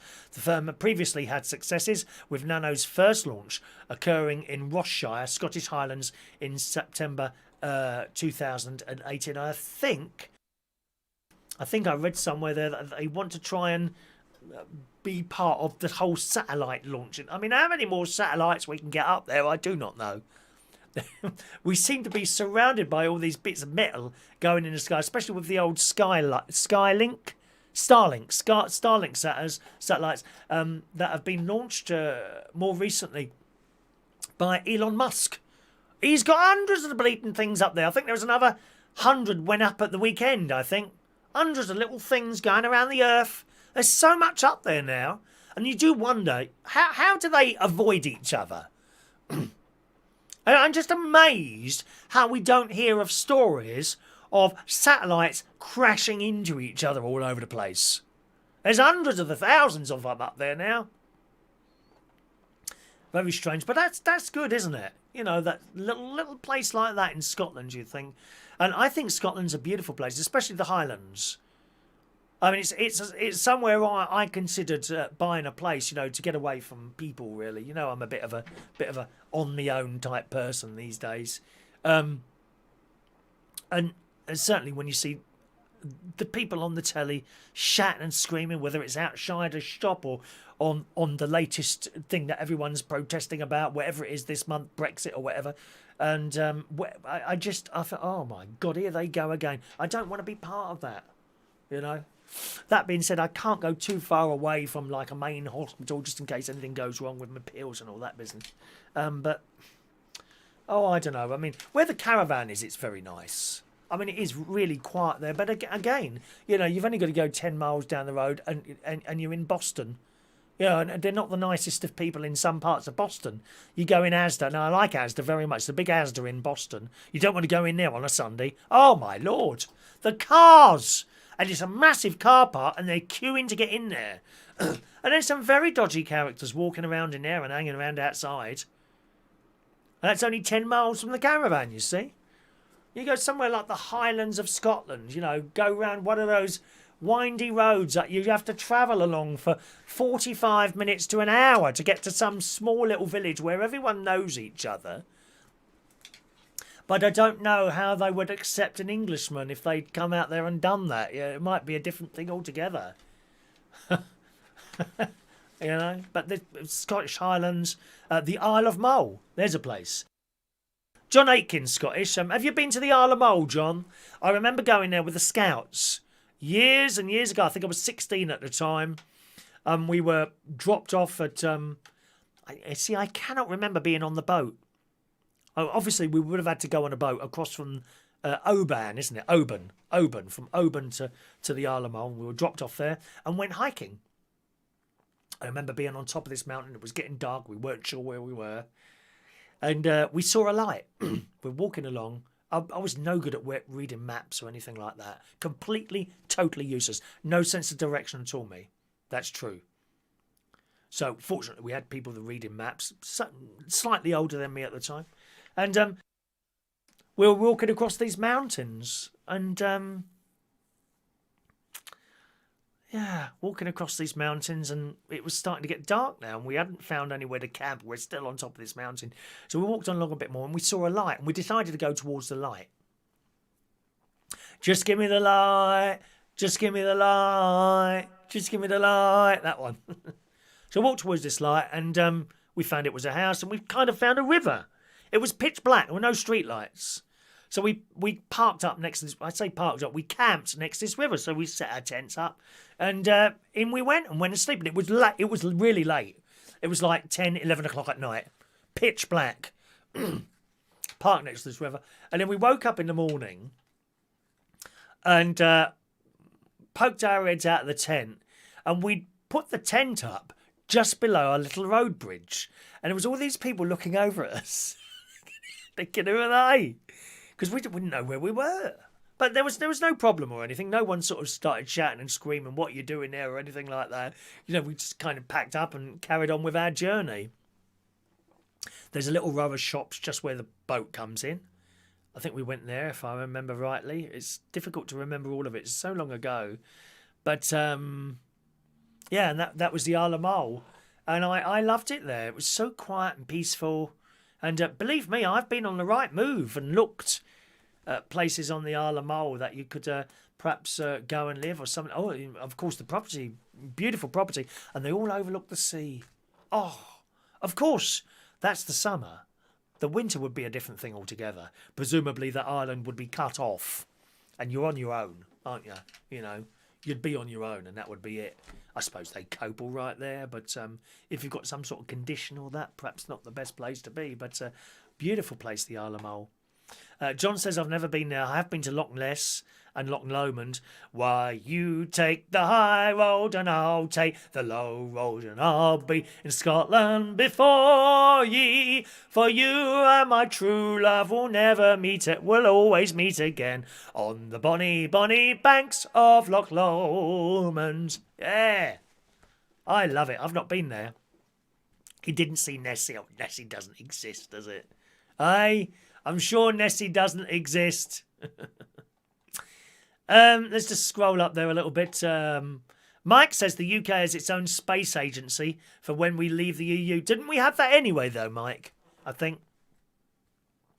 Peter, if they move in space, TV satellite, you would not get any signals, so it's clever how they don't move. Yeah, that's right, they don't, do they? Or some of them don't. You do see satellites. Have you seen satellites in the sky before, Peter? They can be difficult to see. You've got to go somewhere that's really black or really dark. You've got to... There's a joke there. I don't dare do it. I don't dare. I don't dare do it. You've got to go somewhere that's really dark. Oh, it's really offensive. You're going to go somewhere that's really dark and then just look in an area. Don't keep looking all over the place because you'll miss them. You've got to concentrate in one area of the sky and just watch. And eventually you'll see a little, either a slow-moving one. There's ones that move like that, and there's others that seem to be going ever so fast. And it looks like they're going like this, but they're not. That's your eye moving. They're not actually going like that. They're going in a straight line. And if you're in the right place, you might pick one up over there, and you can see that thing go right across the sky, either a fast one or a slow one. I don't know why some of them are fast and some of them are slow. Must be some reason for that. And you see them moving over. It's wonderful. No, we won't be giving away cash at all, Peter, Paul and Lou. There's no cash here to be given out, I'm afraid.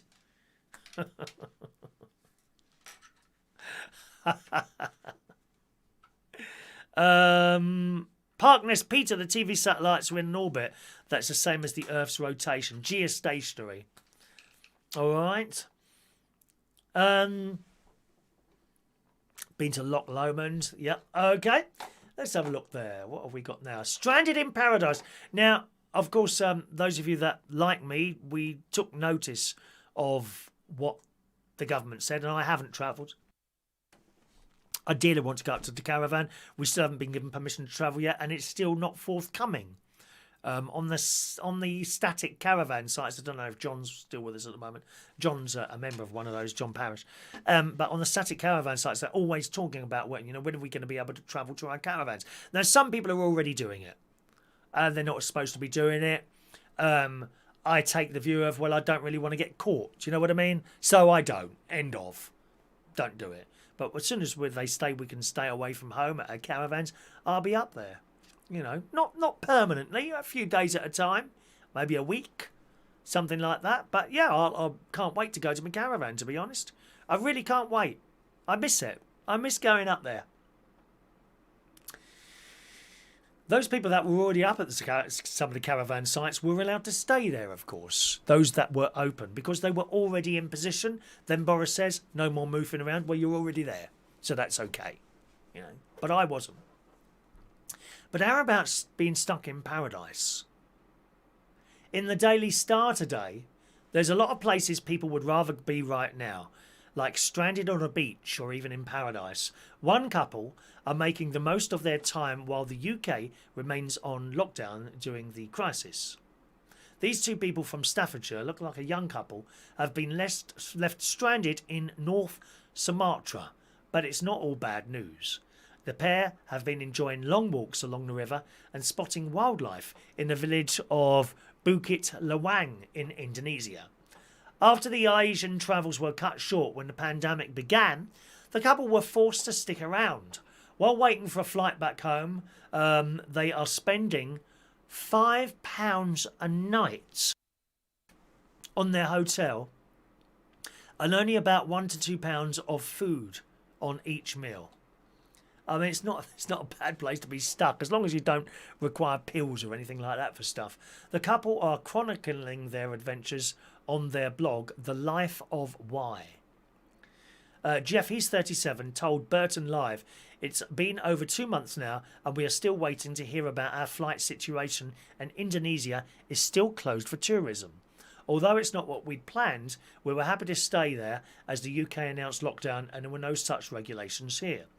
We're very careful with our budget and try not to spend on unnecessary items.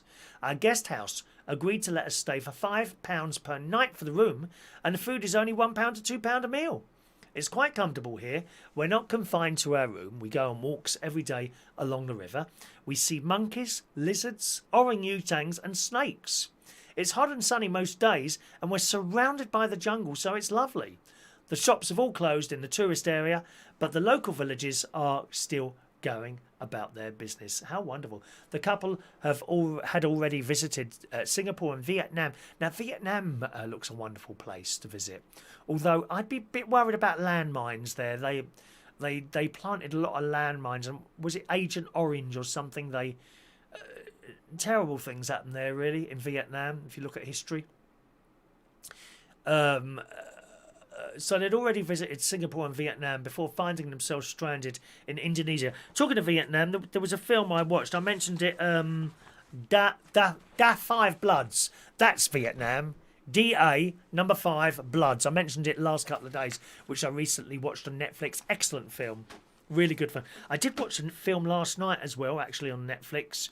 It was awful. It was crap. That was DJ Chris advised me to watch that. What a load of rubbish. I think it was Staying Here or something like that, or Stay Alive, something like that. Awful film. It said 2020. That wasn't 2020. It looked like an old 70s film to me. And then at the end of the credits, it said 2000. So they've obviously misprinted the date on the film summary that they put out. It was awful, the film. And I persevered because it was a long film. I thought, I'm going to get into this in the end. No, I didn't. It was about all these people that were disappearing off planes. Literally just disappearing. What a load of rubbish that film was. Thank you for that, Chris. That's twice you've done that now. Recommended crap for me to watch and I haven't liked it. Never mind, I was able to have a look at my watch in extended periods. Anyway, it goes on. They thought this couple felt something wasn't quite right at the end of January when they noticed people wearing masks as they arrived in Bangkok. Well, if you've ever been to Bangkok, people have always worn masks there. I've been to the airport a couple of times on my way to and from Australia, and a lot of people wear masks in Bangkok. If you have a look at London, even before the virus, or in British airports, you'll see that Asian people, a lot of Asian people, as in Chinese Asian, Japanese Asian, those people wear the masks. It's just a normal thing for them. So I'm not surprised about the masks in Bangkok. The bloke added, we started travelling in December. We were having a great time. Christmas Day with Komodo dragons in Indonesia. New Year's Eve in Kuala Lumpur. Wow. I had to visit in Thailand, which is somewhere I'd really like to go to Thailand. We learnt of the virus, but not a lot changed travel-wise. There were still tourists everywhere, and there was nothing to indicate that the borders would close. He continued, I think the only reason why they did was Europe closed its borders first. We found ourselves in Bukit Lawang on the island of Sumatra, where the border closures were announced. We came here to see the orangutans. Our return flight was supposed to be April the 12th, but the problem was we had to fly from Singapore and they announced a 14-day quarantine for anyone entering the country. So they got stuck there. In paradise, basically. I mean, it's not bad. Where would you like to be stuck, as a matter of interest? If there's anywhere in the world you'd like to be stuck, bearing in mind, forget if you're on any sort of medication that you have to get through the post or whatever, because there's no guarantee stuff will arrive. Is there? Sometimes stuff just doesn't get there. I've had it here sending stuff out to people and it's not got to the other end. And that's just in this country. I don't know.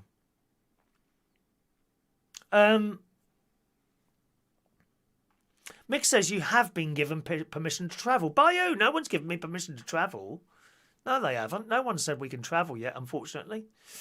John, you are allowed to visit now, Chris, but not stay a night. That's just pointless, John. It would take me 3 hours to get there, spend a few hours sitting outside the caravan, and then 3 hours to come back again.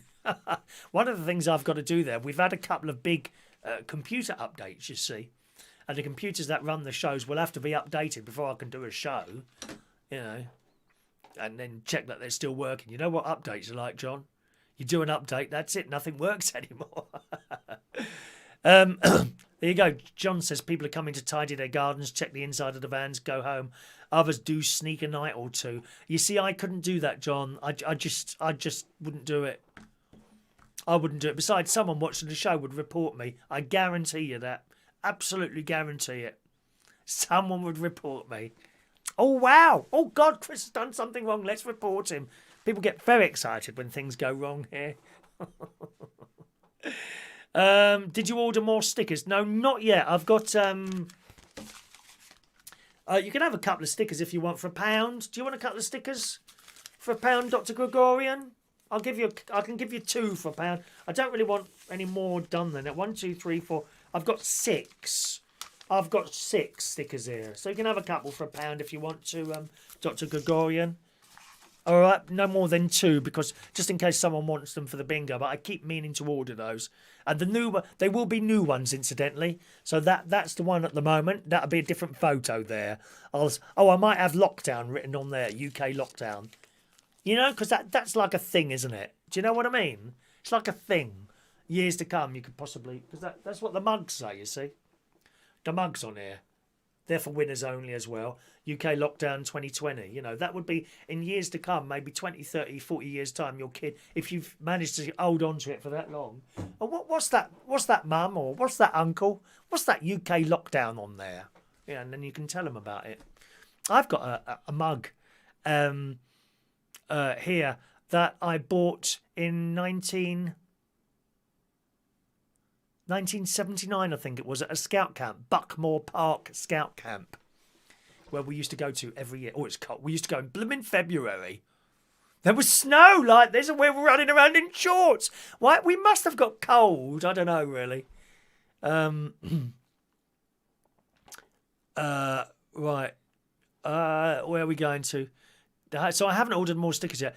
Chris, you got the wrong movie. I said to watch on Amazon Prime. It's called World War III. No, you told me something else. I'll go and get the box, shall I? Because I wrote it down. Just a minute. I wrote this down. You told me what to watch last night. One moment, please. Talk amongst yourselves.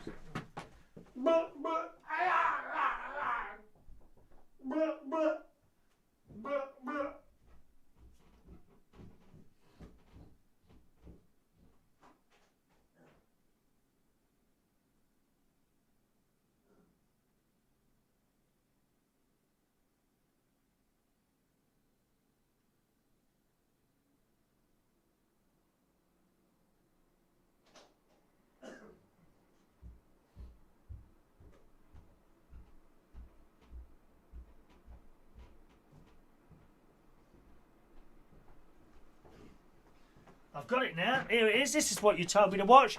Amazon Left Behind. There it is. Left Behind.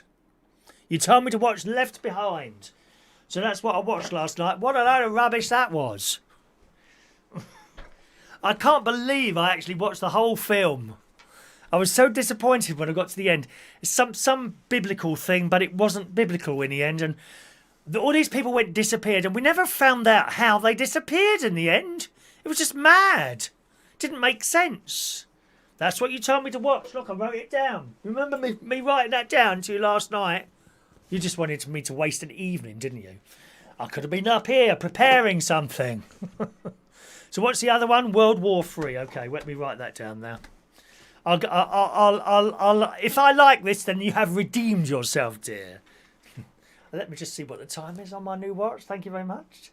10:35. Where's my pen gone? So World War III, you're saying now, are you?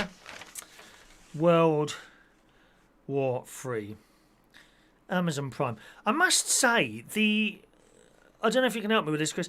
The quality of the picture, that's not Super HD or whatever it's supposed to be, is it? Not on Amazon Prime. I was trying to look at the settings yesterday, you know, with the Amazon app on the telly, to see if there was like settings or something, and there isn't any. There's no settings on the telly. It just seems to come down in standard definition. And of course, if you're used to, and I know you are as well, Chris, used to watching high definition stuff, and then you go back to standard definition, it's a bit painful, that, isn't it? So World War III, right, I've put that on there. And that's on the Amazon Prime as well, is it? Amazon Prime, World War III. Okay, I'll give that a go then. John would like to be in the Maldives off Sri Lanka. Yeah, there we go. Fran would like to be stuck at Cornwall. Nothing wrong with that, Fran. It's a nice place, Cornwall. Cornwall's nice. What else have we got? Is the mug biodegradable? Yeah, it will if you sit on it, especially with your weight, and smash it into pieces. Then you can put it in the bottom of a plant pot and use it for drainage. Left Behind 3 World at War. Oh, Christ. Is that what it's called? Left Behind... I mean, the title keeps changing, Chris. So now you're telling me it's called Left Behind 3 World at War. Well, that's not what you said up there. You said World War 3. Jesus Christ. So hang on. What are you saying? I mean, shall I write this down or is it going to change again? Left Behind 3 World War. Are you sure that's the right title? I'm going to check it now. I'm going to check it on my Netflix thing. 1 minute. Netflix. I don't watch films on here. I took my my mini iPad onto the plane last time I went to Cyprus, and I watched a couple of films on there. That was quite good, you know, because they don't have films on. There's no tellies. There's no tellies on the planes, on the British Airways planes going to Cyprus. We're on there 4 hours, bored to tears. Chris, right, hang on a minute, let me see. What'd you say it was? Left Behind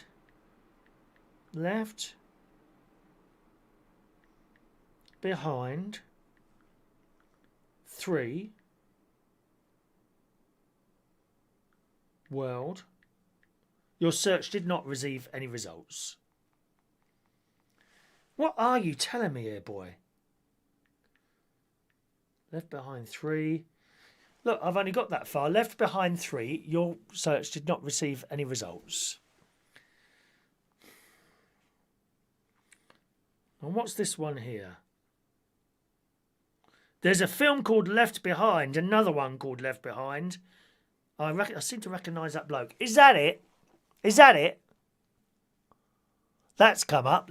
Just Left Behind. But the one I watched was not that. It was oh, it was just awful. Give me dodgy information. Dodgy information, dear. Oh God. Is the mug debatable? Let's see what Amazon. Anyone else saying anything there about that? Chris, the date is wrong. What date? Left Behind 3 World at War. No, I haven't got that. Left Behind 3. As soon as I put the 3 in, it says nothing can be found. 2014, that one. We can't find it, mate. Dodgy information, not giving me the correct information. Send me a link on the Facebook. Perhaps I can find it. Can send me a link of the picture on Facebook or the email, and I might be able to find it then. All right, Peter, will you stop looking for errors all the time, dear? Calm down. Look, should have done a show on the plane. That might be a nice idea. It's only on the USA version of Netflix, is it? Or is that different then? Oh, we can't cope, dear. We can't cope. You've sent something, have you? What, on Facebook? Right, let's have a look then. Let's have a look at what he's sent on Facebook. See if I can find it from that then. It's very, very complex this morning, this programme. Crisscross, the movie. There we are. Let's have a look. Left Behind 3 World at War.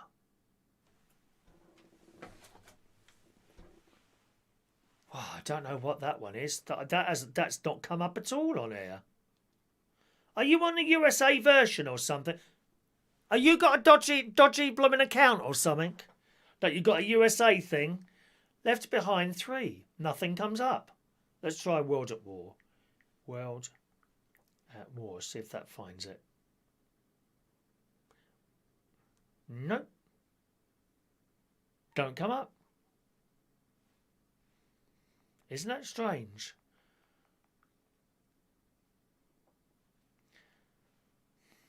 Left.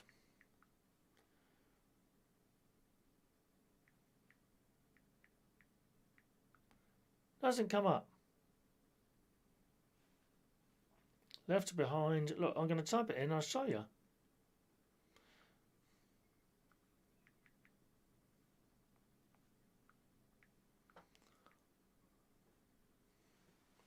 Left Behind 3.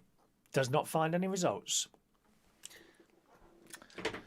Oh, dear. Life is so difficult. It is really, isn't it? I hate technology when it don't work, dear. Gets on my nerves. It really does. Now, let's just... I've just scrolled down your messages there, mate. Very strange and mysterious. Mick Davenport, have any of you got... Have any of you got Amazon Prime? Can you see if you can find it? See if you can find it on your Amazon Prime. Mick says it's on Amazon, yeah. No, it's the English one. Oh, hang on a minute. I'm looking at the... Oh! I realise what I've done now. Oh, what a deal brain. Hang on. Amazon. See, Left Behind. Oh, email or phone number. Oh, God. Oh, hang on. It's got the password in there. Hang on. That's all right.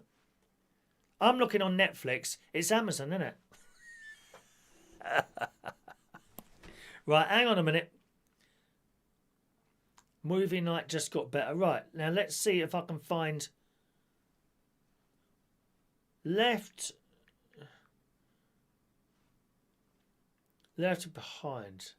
Right. Okay, so first of all, that's what I watched last night on Amazon. Left Behind the movie, the one at the top there, yeah? Yep. Now, I know I see it. Left Behind 3, World at War on Amazon. I've got the wrong bleeding thing on there. Oh, Chris, darling. It's just so complicated, darling. I can't cope. I need a bag of cheese and onion crisps immediately. Injected into my veins, possibly.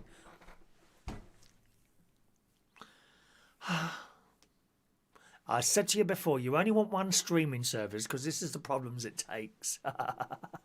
How long did we spend on that? We must have been talking about that for 15 minutes. I'm looking at the wrong place.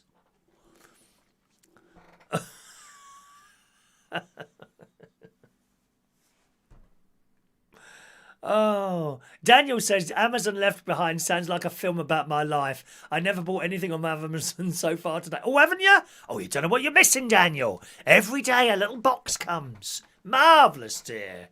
Well, not so much every day, but often a box comes. So much better than it was years ago, dear. One box a year at Christmas if you were lucky, weren't it? I can't believe I got that so wrong. YouTube Premium has no adverts. Oh, I don't know. I don't know if it's a... Do I get adverts? No, I don't get adverts on there. Don't get adverts on there. Oh, it's not an Apple Watch, I'm afraid. This is a present from DJ Chris, who gives me incorrect information. He gives you half the story. Yeah, watch Left Alone. So I watched it. Load of crap. Wrong film. Chris gave me this. He had two, so it's like a heart monitor and things like that. And I'll be, we'll see how this goes this afternoon, actually. I've got to click a start button, and then I'll be going on a walk this afternoon, although I must say, it's clouded over a bit. I don't want to be out in the lightning, dear. I might get struck down. Paul and Lou says to watch the wrong film takes some doing. Well, I did wonder that because it didn't look like because Chris told me it was filmed in 2020 or edited in 2020. You know what I mean? So it was modern, and I'm watching this. I think that doesn't look like a 2020 film to me. You know, you can just tell with the quality of the video and all. Things have come a very long way in quite a short space of time. I mean, look at this. Look at this picture now. It's not bad, is it? To be honest. I mean, it's not bad, is it, the quality of this picture? You back some of my very first video shows, and it's awful. Pixelated and all that there. Never mind. Mike says we sometimes get adverts before we can watch your show. Do you? Okay. Well, I don't know anything about that. I don't sit there and watch my own shows, do I? Good God, though.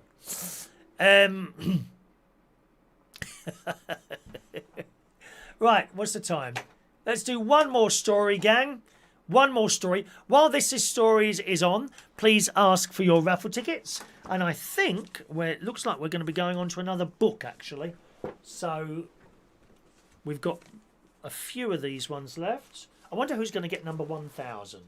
Chuck that away. Let's get another book. And we don't want pink because they're for the super chatters, aren't we? 1 minute.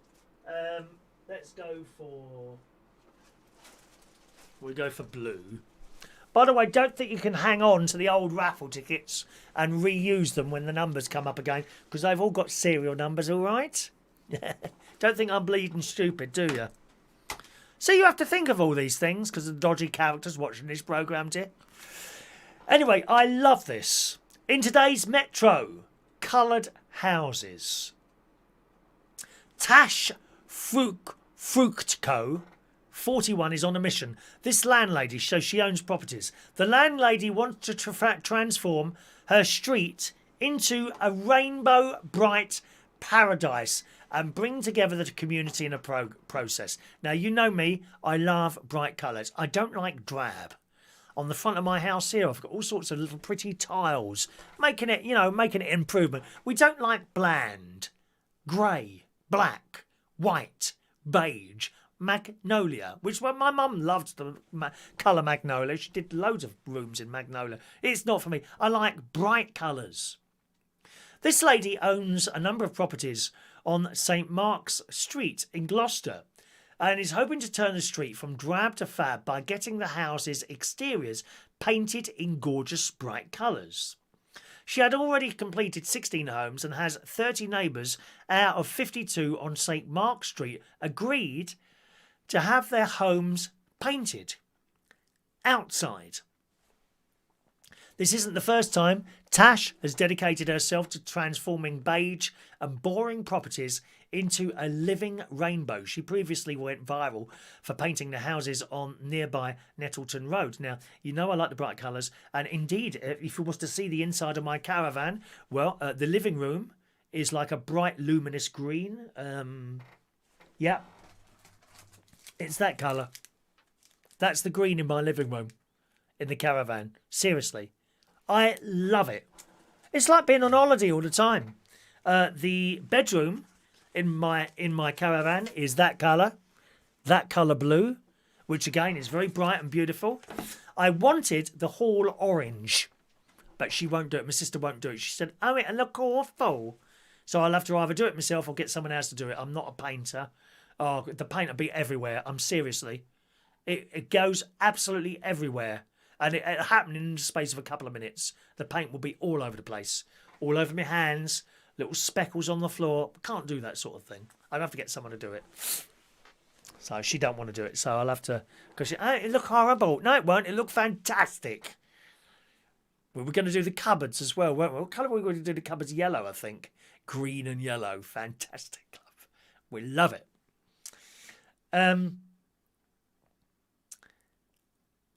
The story says the previous effort worked a treat, helping neighbours to connect and turning the road into a beauty spot with tourists flocking to see the colourful houses and snap photos of them. So you imagine a line of houses there, blue, green, what's that, lime, turquoise, red, like a chocolate colour, yellow, white, and then she starts again. I think that looks fantastic. It really brightens the area. So you do drab places all the time, dear. You know. And just drab places. Like some people who do these little shows like this. I mean, it's so drab behind them, dear. Nothing there.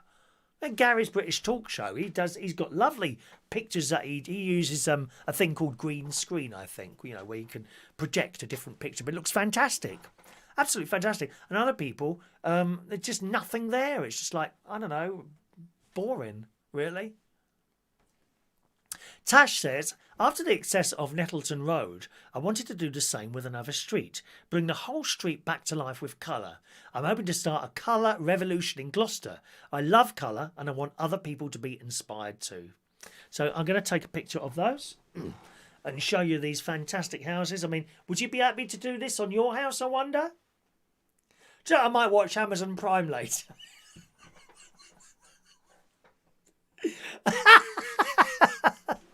I might watch Amazon Prime. I'm not doing anything else. There you go. Look at that. Yes, please. Yes. That's what we want in the streets of the UK. You go to somewhere like Barbados, right? All the beautiful houses. I mean, they're all wooden, but they've got all beautiful, bright colours everywhere. Why is it over in this country and other countries like in America as well, they've got such drab, boring colours and people like it? My mate and his other half. They just had the house redecorated. Grey walls. Oh, no. Boring. Right, let's do the raffle tickets. One moment, please. Where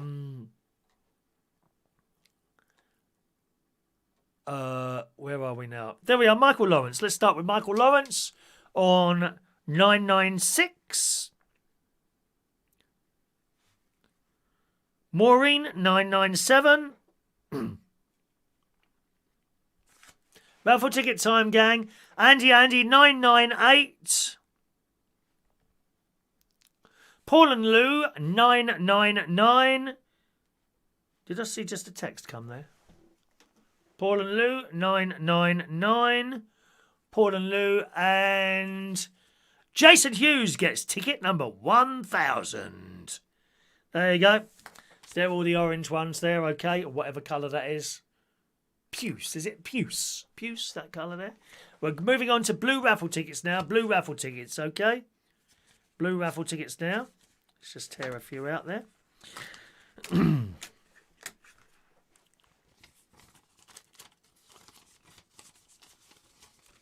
Put them in order. Blue raffle tickets. So who was the last one? Jason Hughes gets 1,000. And then we're back round again. Jason Hughes. Diane Jeb, ticket number 1. Ticket number 1, Diane, all right? John Aitken, 2. Make sure you write down the numbers, darlings. When I pull this on Monday, we won't be reading you the names. Only the numbers, and then it's up to you to claim. All right, my loves? John Aitken there. Where are we? No. Mick Davenport, number 3. AMS Clark, ticket number 4. Let's just scroll up there. There's Mike. Fran Green, ticket number 5. Peter Wright, ticket number 6.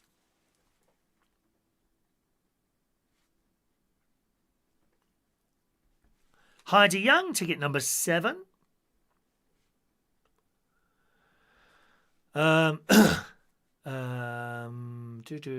are we going?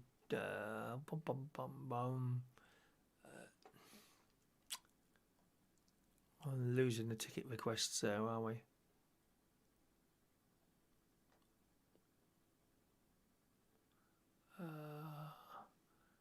Is that all? I reckon it's only like a few tickets. Hang on a minute, have I missed any of these out? Is anyone out? Is that everyone's raffle tickets?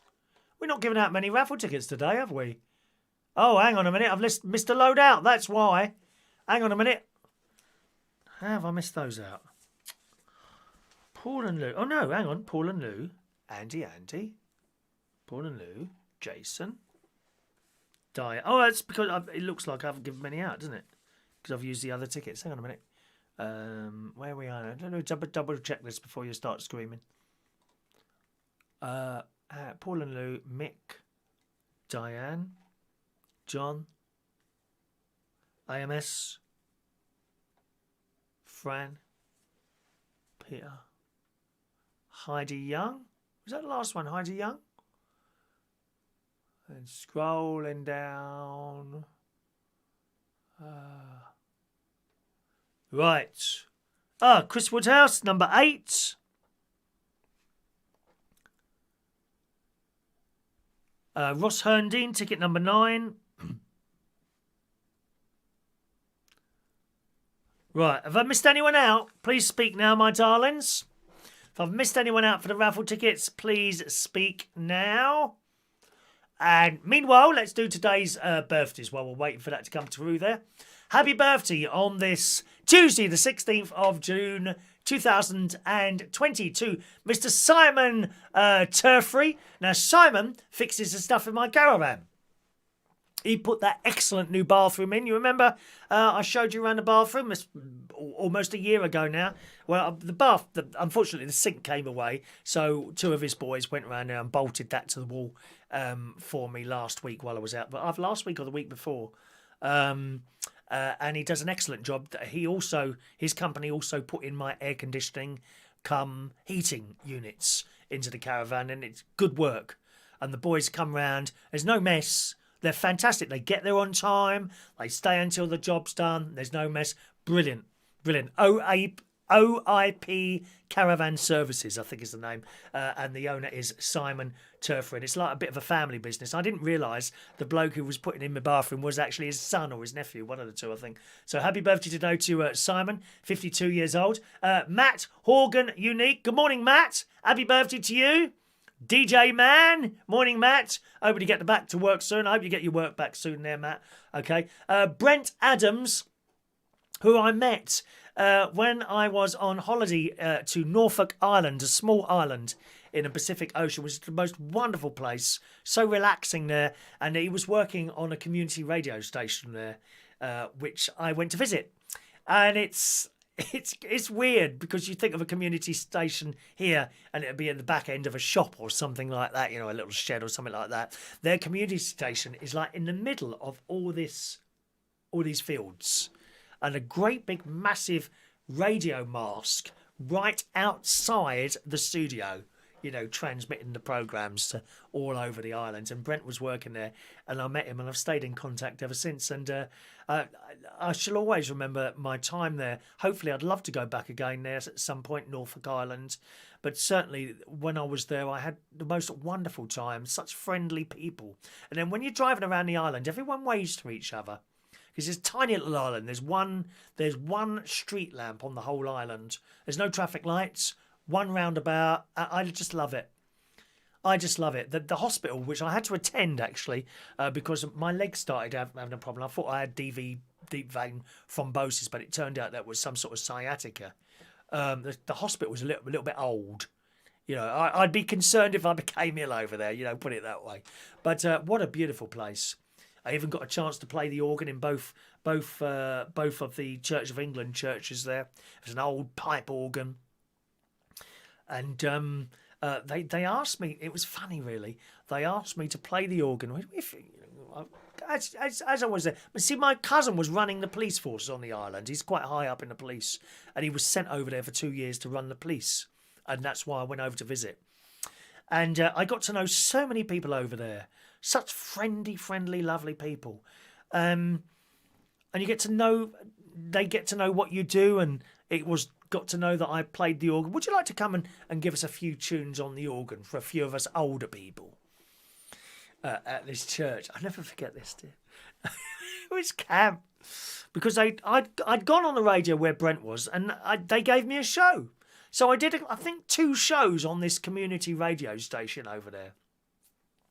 And after that, because the island was so small, I'd only have to go somewhere and, were you doing a radio show? Everyone used to listen to this radio station. And yeah, that was me. We enjoyed it because, of course, I took my own music there. I had my laptop with us and all that, played it all off from there and did a bit of announcing. And it got to be known that I played the organ at church. And this lady came up to me and she said, would you mind coming to our local church one afternoon?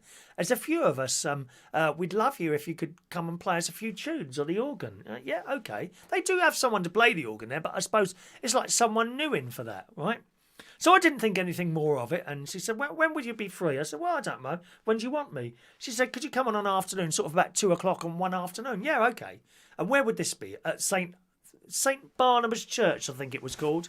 St Barnabas Church, if I remember rightly. And I'd already been there, you see. That's how this came about. I'd already been there on a little trip with some other people. And there was this organ there. And I'm like, does that organ work? Oh, yes, that works. Can you play? Yeah, I play a little bit at church. You know, that's about all. Oh, right, okay then. Anyway, so that was that. That was that, really. Didn't think anything more of it. And then I think I bumped into this woman or I got a phone call. I got a phone call in my hotel room. Hello, is that Chris? Yeah. Oh, hello, this is so-and-so. I met, it was weird. This is how close they are there. She says, I met you in the church and you mentioned that you play the organ. I wonder, she says, would you like to come down and play one afternoon for us? Just a few of us having a little bit of a get-together and a sing-song. I said, well, I'm not a professional at all and I can't read music. What is it you want to sing? She said, well, I don't know, whatever you want. I said, well, a few hymns or something like that? Yeah, that would be fine. Yes, okay, I'm happy to do that. She says, she said, what time? I said, well, about 2 o'clock, all right? Yeah, that's fine. What day? So I said, well, what day do you want me there? She said, can you do Thursday? And I think it was like Monday or something like that. And I said, yeah, okay. I don't mind doing that. And I put the phone down. I thought, how nice. How nice. And I can do something for them. I love doing things for people like that. I love it.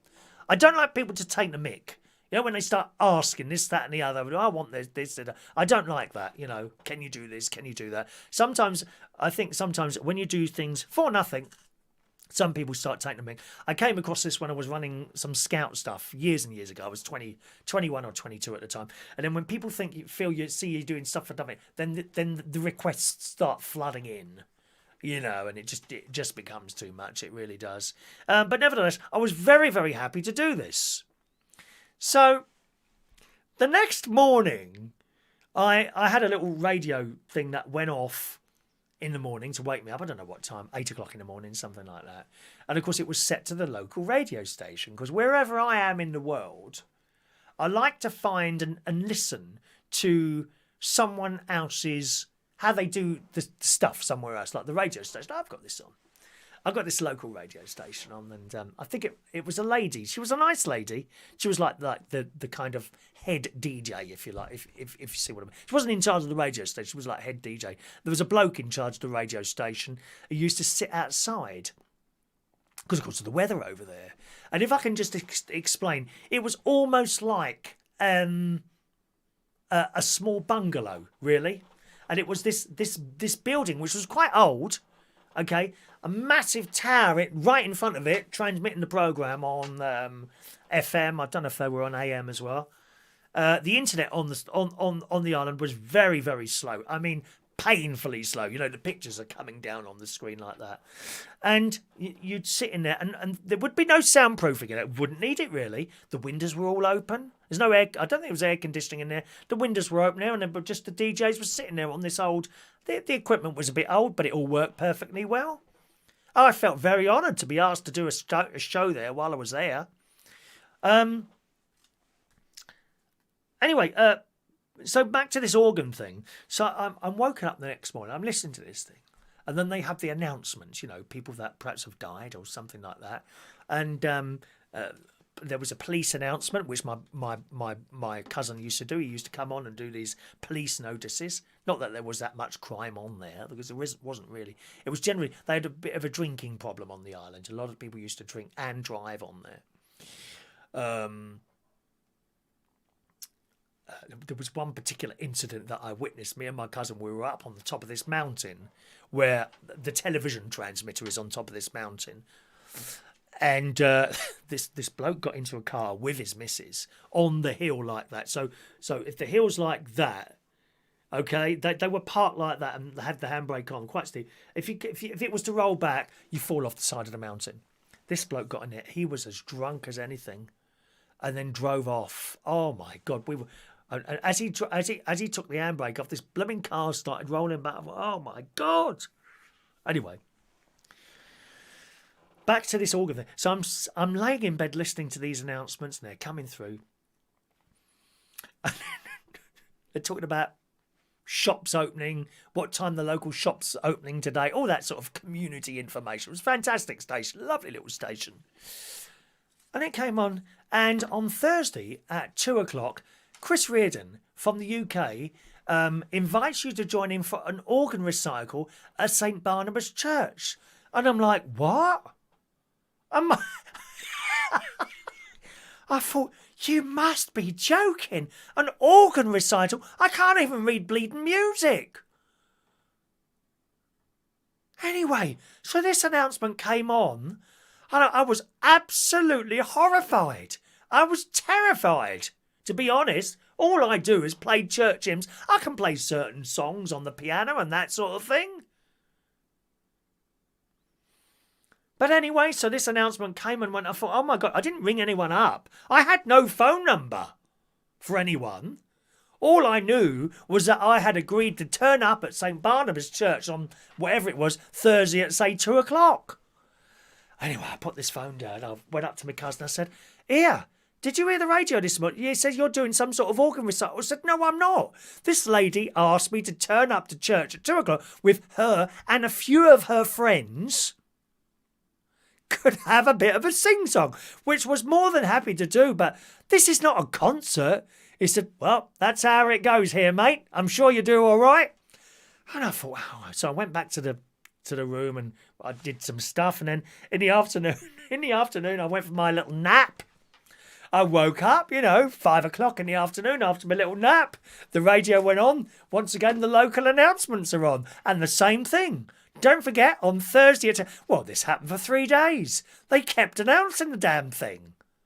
And I thought, I've got to do something more than play a few hymns. So I created a little list of things that I knew I could do and tried to fit it in, because there are some English people that they were English at some point that are on the island. So I had a list of hymns, popular hymns, Praise My Soul, the King of Heaven, stuff that the Church of England and the Christian churches would all know. Onward Christian Soldiers, not too Catholic, because not all hymns are sung in all Christian churches, but there are certain hymns, Onward Christian Soldiers, Praise My Whole Soul, the King of Heaven, that you would hear in a Catholic, Methodist, Baptist, Church of England, and other denominations of the Christian that we all sing together, which is nice. So I chose some hymns like that. And also some songs I thought, what would they like? And I knew I could play I Still Call Australia Home. You know that one? Michael will know that one. La da da da da da da da da da da da da da da da da da da. That one. Okay? And I did Land of Hope and Glory, for those that were English. I think I did Jerusalem. And I had this list, right? So the next 3 days, I am bricking it now. I thought, I am bricking it. Well, hopefully it will just be, as she said, a few of her friends turning up, right? So I got to this church, St. Barnabas Church, which, and the surroundings, I cannot tell you how beautiful the surroundings were. There's just nothing other than sheep, because cows, because the cows, they had freedom to roam across the island wherever. You never want to hit a cow on that island.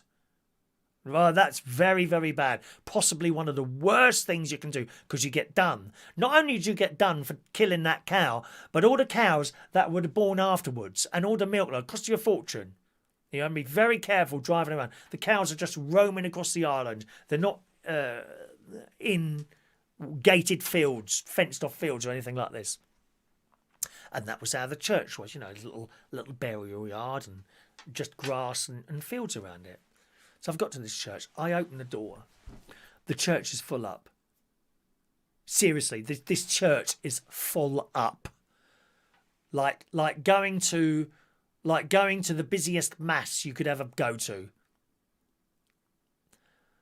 And I'm trying to cover my terrified face. Hello! And everyone clapped as I walked in. I was so embarrassed. And this woman, I said, I don't know why you're clapping. I'm not a professional. Anyway, so there was another bloke who played the organ, and it was like built up like it was this big concert thing. Now, in hindsight, I suppose, to some residents who live on a small island across the other side of the world, and this bloke's come from the UK, from London, and has come to play as the organ. They were so grateful. So grateful. And anyway, I had my list, and I think there was a vicar there as well who announced what I was going to play. And they had hymn books as well, so that when I did the hymns, they were able to sing along to those. And you know what? It was a lovely afternoon. And I came out of there... How the hell did I get away with that? And that's the story of that. It's just, oh God! And I hope that it never happens again. Next time, I will go to that island again at some point. I suppose some of the people would have moved on, some sadly no longer with us and that sort of thing. Because it is some years ago now. I do have a video that I made on the island, and Oh gosh, I can feel myself now walking into that, opening those doors and seeing rows of people sitting there who had come to be entertained. Her few friends, so to speak. But the organ there, it was a Williamson, something like that. It was really old-fashioned pipe organ, right? And with those old-fashioned organs, the keys are not wired. They are mechanical. So these keys, you have to really push them down hard to get them to go down, because you see the key is attached with little wooden sticks, basically, to pipes. What open and close like that. So when you push the key, it pushes a wooden thing down, which pulls another wooden thing down, and it's all attached. Very, very intricate. Wilson, something like that, the organ. Beautiful sound. And it had stops like that. Oh my God, it was so old, this organ.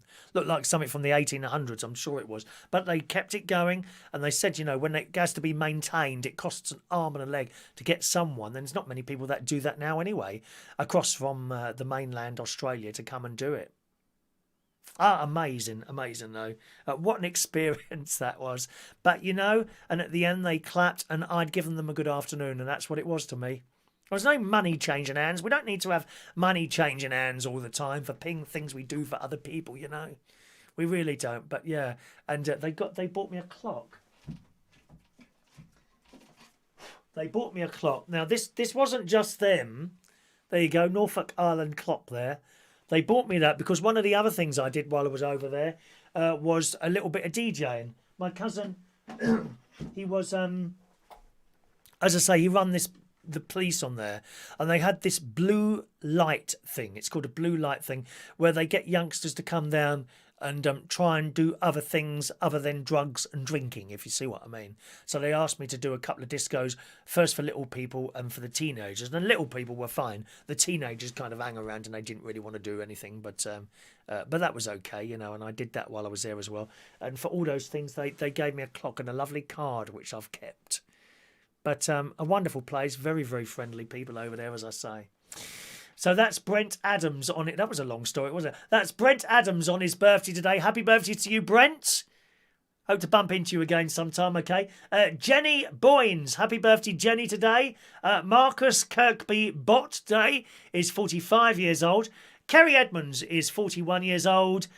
Jamie Tanner, happy birthday to you. Ed Chewy Murarko, happy birthday, Ed. Carl Kundalini Reese, happy birthday, Carl. Anne White, 67 today. Elesha Paul Moses is a young 39 today. And Brandon Schmidt is 25 years old today.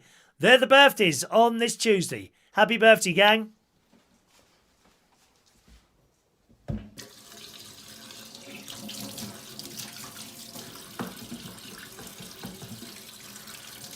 Happy birthday to you. Happy birthday to you. Happy birthday, happy birthday, happy birthday to you. Twice, coronavirus. Happy birthday to you. Happy birthday to you. Happy birthday, happy birthday, happy birthday to you. Happy birthday. All right, gang, enjoy your birthdays today, whatever you're doing. Tonight it's Tuesday night, so quiz night tonight, boys and girls. Join us for the quiz of the week at 8 o'clock. You might see the advert come up on Facebook somewhere for the quiz. If you do, please copy and paste that onto your walls. I'd love to get over 100 people playing the quiz. We're nowhere near that at the moment. But that's a kind of goal there, so maybe we will, or maybe we won't. Thanks very much for joining us this morning, and I'll see you for tonight's quiz at 8 o'clock. Have a nice day. Thanks for watching and listening. Bye-bye now.